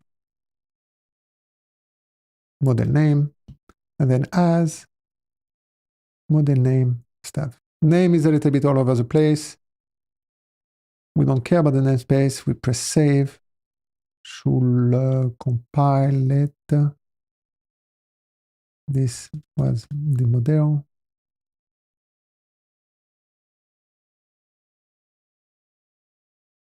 Then it should work. Good. Okay. And so that's why, I have these traits here that are giving the stuff. It's strange for me to be genius that geniuses rarely debug. They print one stuff in the code. Yeah, I'm going to explain why I do. So first of all, the only thing that matters is good engineering. The way you get to good engineering doesn't matter. Yeah, you don't have, it's not like, sometimes, you have people that say, oh my God, if you don't do like that, you're not a good engineer. That is a silly way of looking at things. Yeah, you can be more efficient about print debugs or more efficient about break debug, point debug. It doesn't really matter. It's the way that works for you, and the goal is things. For me, because I often work in an event-based kind of architecture, I like event-based kind of things. Breakpoint works, but they can be kind of a little bit tedious. So even when I am in TypeScript or even Java or back in the days, I was often printing stuff because I tend to see faster what I do, and I have all these best practices to print only what I need. And this is why when I do the cargo wash test here, you will see this is my little CWT shell stuff. I have this -- no capture. So everything is always like that, where I can print very quickly and things. And then what I have is I have these things. So you don't want the print to stay. So this is not trace debug. Trace debug is something else.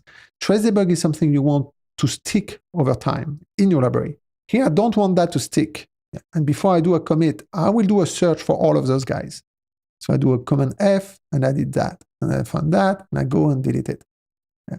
So that is the way I like to work. And so this way, when I go to the code, rather to go here, to say breakpoint, and then set up the stuff, thanks, and says, hey, I want to see the payload. And I say, print. And then I say payload. And then boom, press stuff. And then I'm going to see the payload that I'm sending. and that's it. And I could have put a breakpoint. For me, it's longer to put breakpoints. But again, everybody has different ways. And the problem in event-based is when you start having this breakpoint, it can get confusing of what is impact on the rest of the flow. And sometimes even print, I don't like it because obviously print has a mutex kind of things, at least on the OS side or something. So this is pretty good. And now this is working. It's amazing. So we solved this guy, and there were a different little dance over there because the URL is part of the thing. By the way, I'm going to show you something which is bad. And I'm sure there's no Google watching here, but if they were watching, and it's a mistake I've done in the past, honestly, like 5 years, 6 years ago. And people told me so, and then I was like, well, it doesn't matter because it's encrypted. And in fact, they had a point. And then I came back to them. When I'm wrong, I always come back to them. And I was like, okay, guys, it's not like a breach of security, but it's not as clean as it could be. I'm going to show you what it is. If we go to the API, the way the API goes, and we say the endpoint here, we are going to have the URL. Okay? So let's see. Oh, but here it is. The URL, Google API is putting, well, we're going to do print here.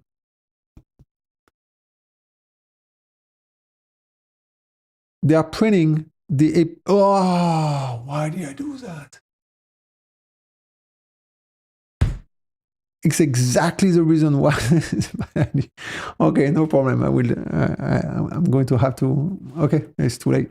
I'm going to have deleted this key. It's no problem. Don't use it, please. Anyways, there's only 11 people, 13 people. So that's a benefit to be small. It's not stuff. I'm going to have to, nuke this key. It's no big deal. But what they have here is they put the key in the URL. And so the trick here is every time we send a request, we have it, yes, time to rotate, yes, time to rotate the key. So the good news is only this one. And so it's part of the URL, and that is very bad. Now, there is an argument to say, hey, it's no big deal because it's encrypted. So it's true, yes, the domain name is not, but the path is encrypted. So it's fine, it's encrypted. The problem is most of the cloud system, they will keep the path in their logs. So you have a lot of things that before you request and stuff that would, and after you request, that would keep this path, yeah, on their end when they trace and everything. So again, when it leaves you and go to the wire, it's fine. But when it lands there and get, decrypted, they're going to trace it somewhere. So now all of their traces, and it's no big deal. I'm sure they have contingencies, or I don't know, perhaps they don't store parameters. That might be right. But then you have to have these things. So for example, in the AWS WAF, their wire, firewall, whatever, where that is going to go probably in the logs. And so now you have all of your client stuff in your logs. It's bad. So that's why everybody else is not doing that, and that is good. Now, you don't have to be as silly as me and just printing your URL. Moreover, when you have that very explicit there, but, that's what happened when we have the brain we have. So anyway, I will clean it up. If you want to play with it for the next 15 minutes, go ahead, and then I will clean it. But Gemini is super cool. So anyway, the thing is that this is one thing. So that is working pretty nice. So I go back there. I'm going to git log again all the time. And I'm going to add one just to show off namespace. And in fact, it's just for me, it's just a mental note for me to know where I am. such as I can go back. Okay, so the DeepSeek now, this guy should be using that, so I should be happy. So I'll go back here. Stuff. I'm making sure that I don't have my debug print. My only thing about my debug print is that the same notation for SQLite or Postgres JSON kind of stuff. So one day I might have to change it, the prefix. And so I'm going to, so we have the grok. We did the grok, I think. Did we do the grok? Yes. If we have it here, we did it. And then we don't need the reasoning, will be the same business. This guy, we did it. This guy, we're going to do it here. And this is going to be, again, oh, let me see if Copilot, I'm going to see. Oh, pretty cool, I have to say. Press save, and then J keys, so that I'm putting the keys. I don't know if I have the keys or not. And then I'm going to do a CWT, test P DeepSeek. And then I'm going to copy that. So again, for the one that came here, I make sure that usually I have this practice and I have this little alias that allows me to test files and then the name of the function. And then they are made such as I can batch test like that. So that is provided by my thing. The DeepSeek work, yes, because DeepSeek is working with the OpenAI layer. So git log, git amend is fine. And then I'm going to do the cohere now. And then this one, I think it should be kaboom. So we're going to do that. Same function. Cohere. I did it for Oracle, but I'm not sure if people are really using cohere, perhaps. So now I go back to that guy. I'm going to take this.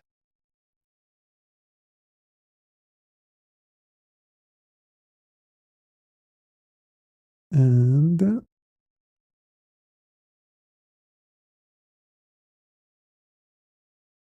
no, it doesn't give it NS, cohere. And that is very good. And we should have a kaboom here, I think. Yeah. Doesn't stuff, which is normal because we didn't do that. Again, I could have created, perhaps with AI, I would have said, hey, go and, but I think in Gemini, he will have messed up. Yeah. So it's always, but the more you work with AI, the more you know where it's good and where it's bad. And then it's always good to try to use it. So now we go there.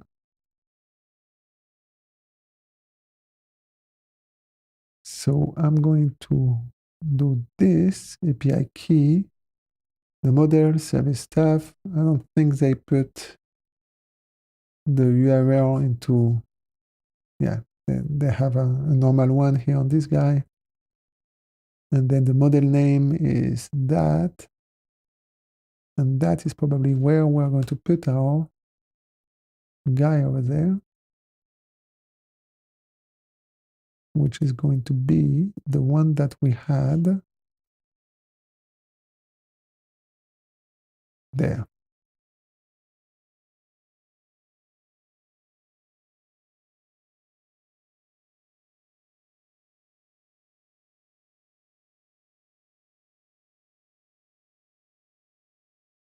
It is? No, it is not. No, actually, I can. Why do I go there? Oh, yeah, okay. So here I'm thinking here, this one is creating the parts. And then this one is doing the rest like that. So I might want to query request parts. Do they care? So here I'm going to check if I put only the, oh, for the error, we still have the same business over there. And that is definitely not part of the trait. So we're going to put the model name here.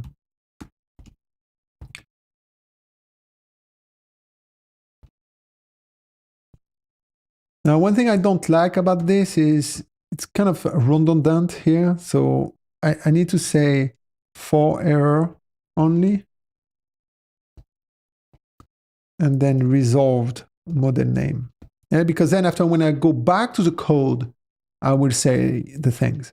I might get confused and say, hey, that was silly. I can reuse that and things that I'm smart because I remove stuff and then stuff.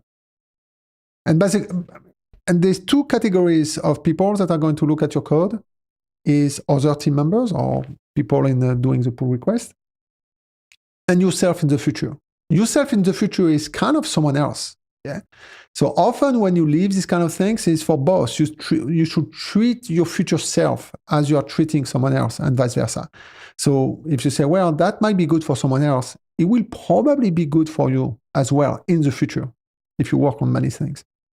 I work on too many things. That's my, it's a disease. So the thing I'm saying is to say that now that we have this guy, I'm going to be mean and I'm going to break it here.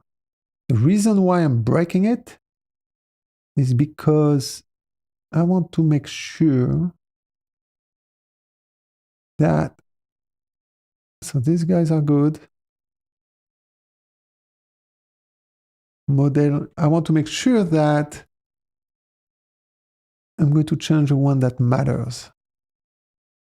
So here I make code that breaks, which wouldn't make any sense, but at least I go one by one.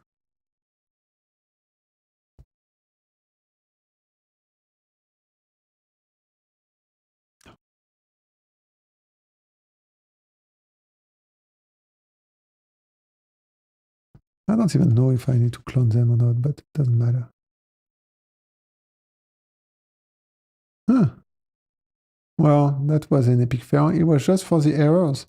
So we actually do not need model name. Okay. We actually do not need those guys.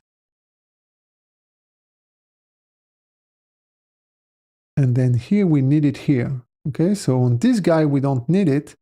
We just need it there. And so for the model name, that is where we're going to take this. And this is why, again, use AI as much as you can, but sometime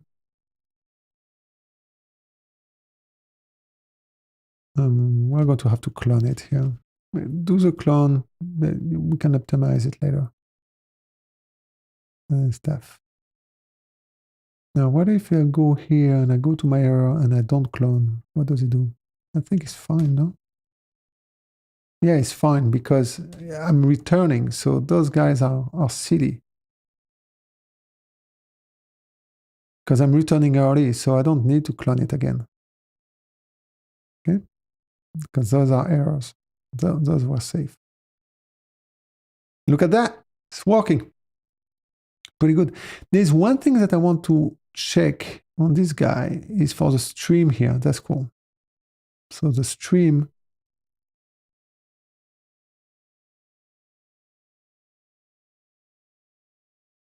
Yeah, it's my request builder things. And for my OpenAI, I'm going to check that there as well. When I have the stream, and I'm making sure that when I do the stream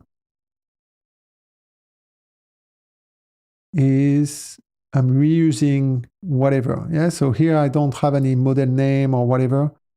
This one is kind, check read response. Huh, very interesting. So that will give me the model name. Okay, that's fine. In the chat stream response, the model name, model identifier will be the one that I've given to it, not the one that has been resolved, which is fine. It's model identifier. And then that's it. Okay. So that's pretty cool. And then we're going to go to Anthropic, and which will have the same thing over there. And then you can use Google API. Oh, that's cool.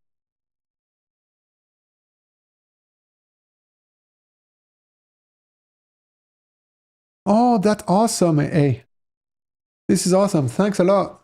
Oh, we're going to do that after. let me finish this guy, and then we do your fix here. This is awesome. This is the right way of doing it. That's cool. I didn't know about that. Okay, those lives are awesome. So now we are going to go.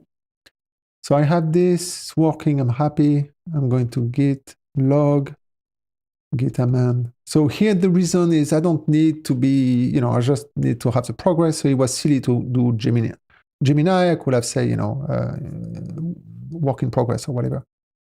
And now I'm going to go there and I'm going to create the same test business, which is going to be that Anthropic.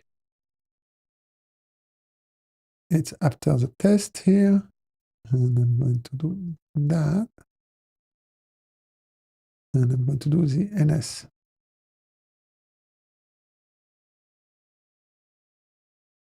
No, what are you talking about? Rust is faster than curl. Just absolutely cool, actually. But no, it's good, it's good. I like it. The stuff is go here, and we're going to do our Anthropic.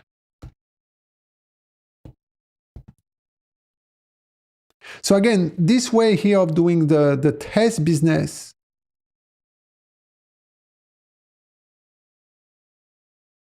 Oh, that should not have worked. Okay, this, I was like curious. Anthropic, press save, and then boom, kaboom. Okay, makes sense. And so we're going to go to our, sometime I pin this guy, it's kind of the reference. And then I'm going to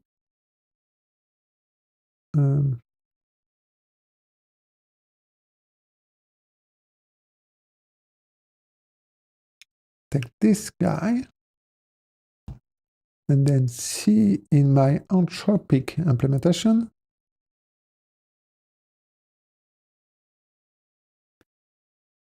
where do I get the model name business? Model name, clone. Okay, I'm going to do that like that. One is going to complain.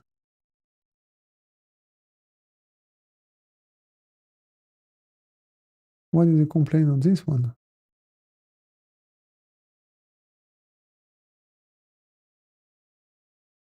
Okay. Cannot move model. Oh, okay, okay. I didn't. Oh. Yep.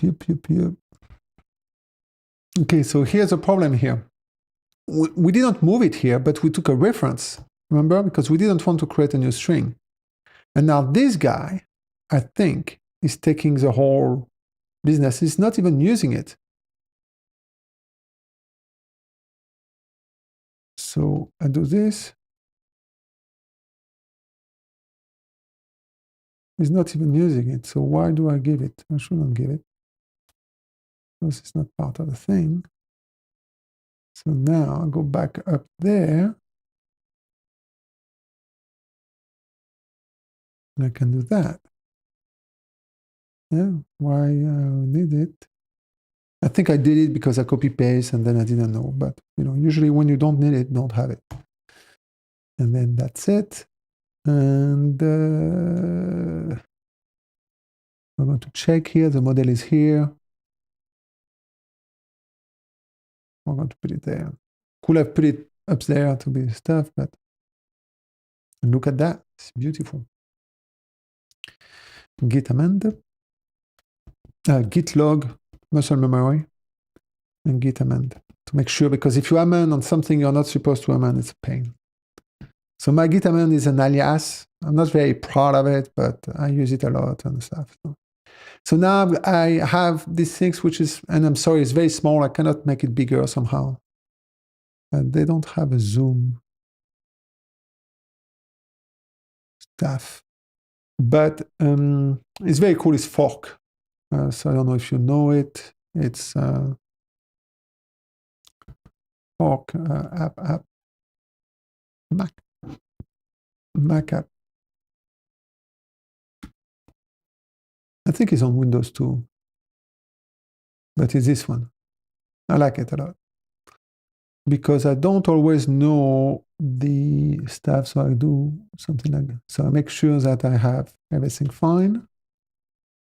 And then I'm going to squash two parents to this guy.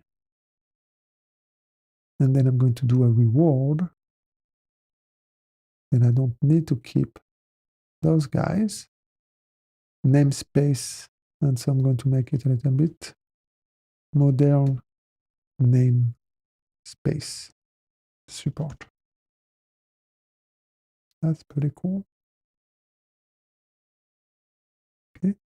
Now, I'm not going to change his code first. So this one will work by itself. And then there's another conversation to say, hey, now that we have this support, is that okay that for the Nebius, rather to have this hard-coded list that we match? Because again, this could be another one, yeah, maybe IBM or Bedrock or whatever. So perhaps these names are common names, we don't know. And so then people can do Nebius stuff and then Bedrock something, all these kind of things. And then it will know how, at least to have the default. And then when people want to get fancy, they can always do the service adapter, the target resolver. But the whole thing is to be progressive. So now that I have that, git log, pretty good, git s main. So switch main, I have aliases everywhere. And git merge nx ns model. Git push oranges. And that should be inside our git GenAI Rust. Google is still useful. And that should be our commit that we just did now. Yeah, this is pretty good. So now the question is, should I remove this or not? I think the developer, the one that did the PR was okay with that, I think. So I'm going to do this. So I'm going to keep that. And I'm going to say not for list names API, not used for Nebius matching.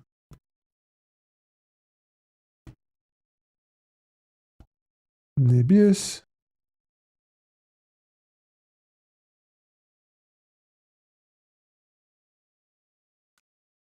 as model name. Okay, so that is model name to select the Nebius adapter.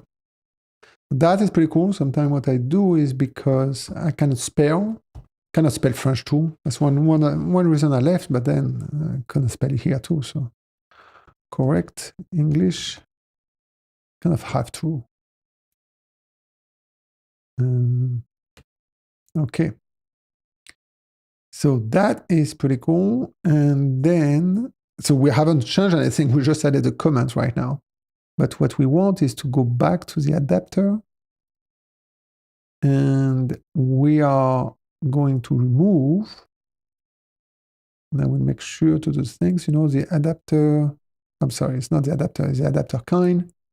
When we do the from model, and then we have this logic here, which first we check the namespace business guy, and then after we do the if and all these kind of things over there, and then the developer here, the one that did the pull request, did perfectly the pattern, which was this one, because otherwise everything fall back to Olama localhost today. So with this guy did the right way. Now we don't need it because what we're going to say, hey, we don't want to hard code all of this matching model because it might be somewhere else. People want to use Nebius, they need to use the namespace guy. So we're going to do that. Git log. Usually I do a git c, a kind of a exclamation mark for something that changed or something like that. And I'm going to say Nebius. Now it's thanks. Remove the model name match for adapter selection. Needs to use namespace. And I don't want to make too long. It's too long, I think, a little bit, but this one is okay. And now I can go back here, and I'm going to do a cargo test. This one is sometimes finicky because depending of, the service, up and down or whatever, kind of work or not. So now the last one, I'm not going to eat today. I mean, no, I'm going to eat later, but it's pretty cool here. Hey, we are going to do the things that you said here, xgoog API key, which is going to be much better.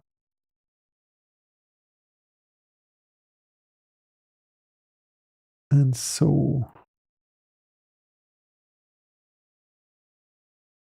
okay, so I'm not going, yes, sometimes Cohere fail, but it's not a failure and stuff. So it's sometimes it's a little bit annoying, this testing stuff, but I will test that more thoroughly later. So then you have to go kind of provider by provider, move slowly.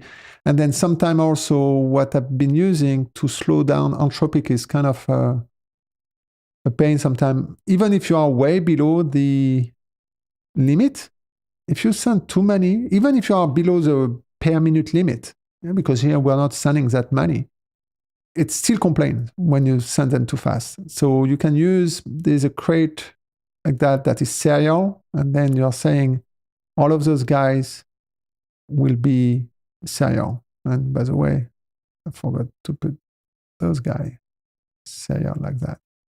So, and then the Cohere might have been, no, it's not this issue. Git C, test, Anthropic.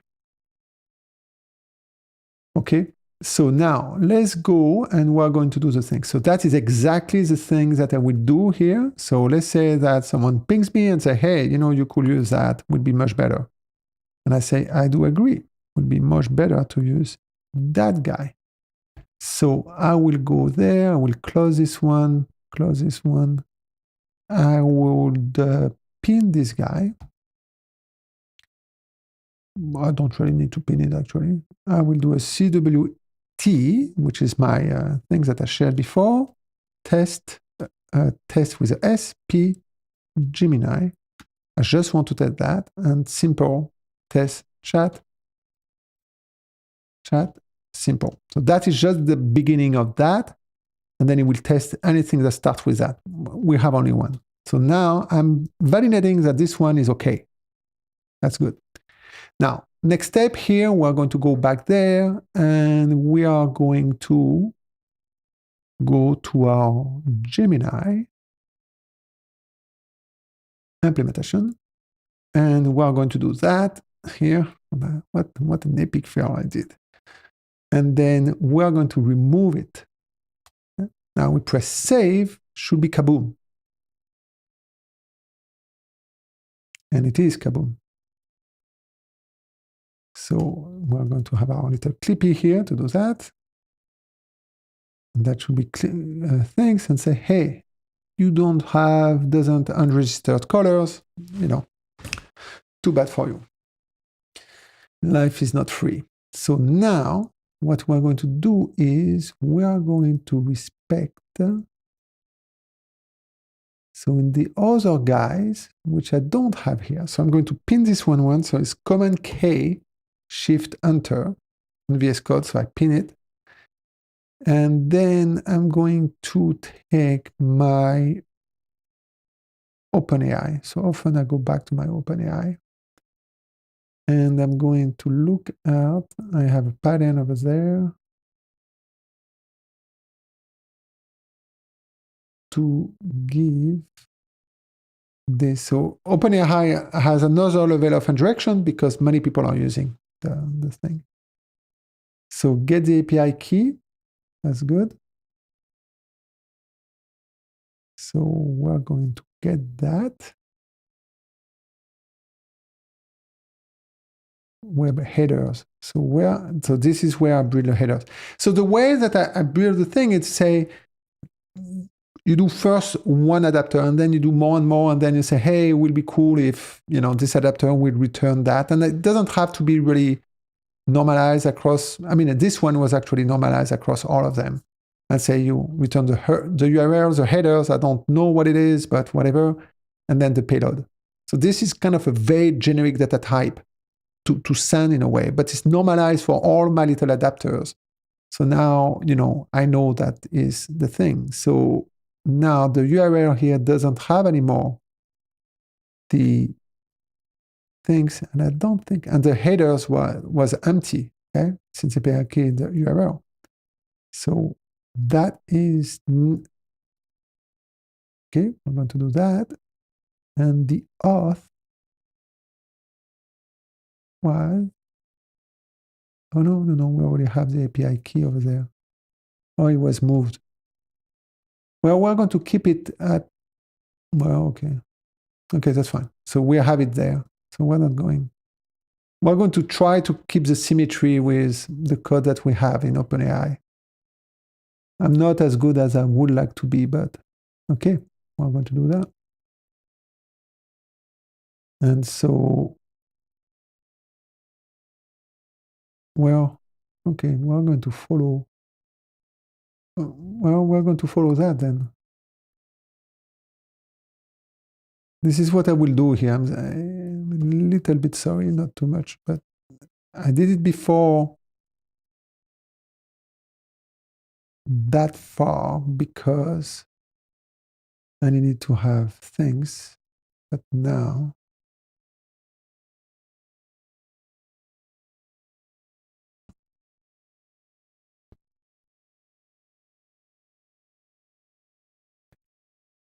then I'm going to do that. I'm going to copy it. Okay, look at that, how pedantic I am. But now I don't need to be that pedantic.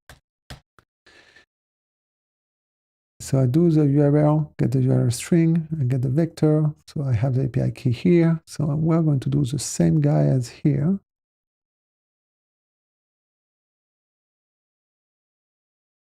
And always make sure that you have a clean commit. So here, if it doesn't work, hey, I'm not going to lose too many time. I will do a git restore and solve it next day or whenever. So I'm going to do that. This is that. Clippy will help me fixing that. And then the, allez, come on, selecting the stuff over there.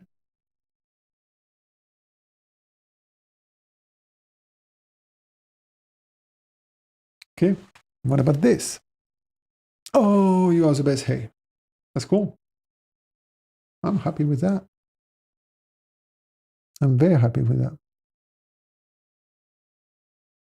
Yeah, I'm going to do a test, cargo test chat, everything, I guess. Make sure we didn't break anything. And I think it is to web request. And I just want to triple check again my to chat stream.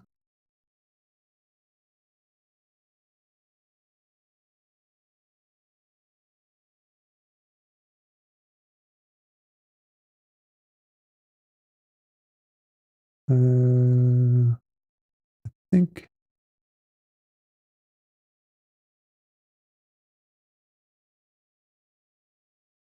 I just want to make sure that those guys that I didn't, well, actually I can test.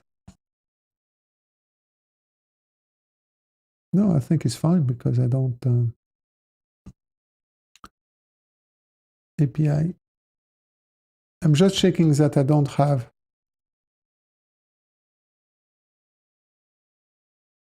That is all good.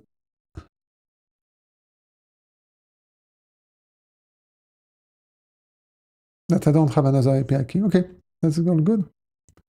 So it looks simple. Let's see, git log. We're going to do a git c, could be a dot, or we're going to do a dot because it's just cut clean. Now use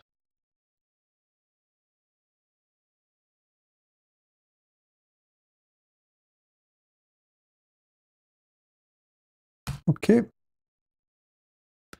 I'm going to make sure that I don't have any debug print. And then git push origin. Boom. Done. And I think that was a pretty cool session. If you have any question, feel free to ask. If you have been playing with my key, fair game. I'm going to close it. And feel free to add any question. I'm going to stay here for 5 minutes because there's a little delay between when I'm saying ask question and when you get it. So feel free to ask if you have any question about anything. It's a good time. And then I think we're going to conclude this live. We did quite a bit of work. That is going to be our new release, which is going to be our GenAI 0.4.0. And so we'll probably release it like sometime this week or whatever, which is pretty good. And also, we have office hours in our live for members. So feel free to join as a member. And then as an early access, you have an early access video. And we have a pretty cool video coming, which is going to be, I'm going to give you a little preview of the thumbnail that nobody has. Actually, the Discord has it. Vidsum, I think, in this one. And this is the video.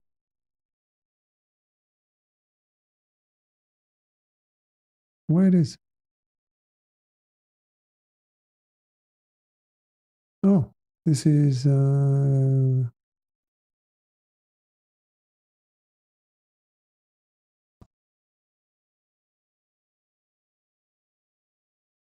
okay, this one.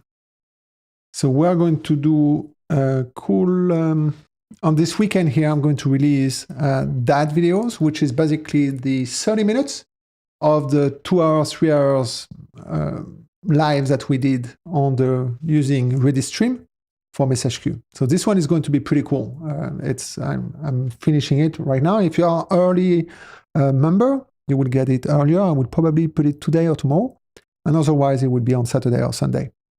And then office hours as well for the office hours members. Okay. On Rust by book. Oh, yeah. Yeah, this one is a tricky one. I don't know how much popular they will be. Yes, this is a good requirement, is a good ask. In a way, I would do by the book, but now I wouldn't really follow the book per se.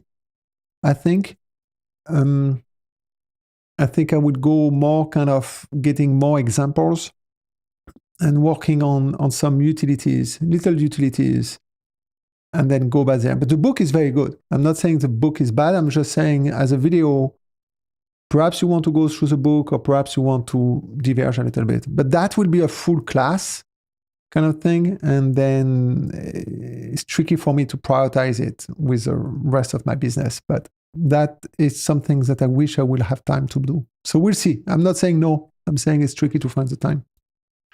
Okay. Hopefully that was helpful to some. And until next one, until I get the stop things. And until next one, happy coding.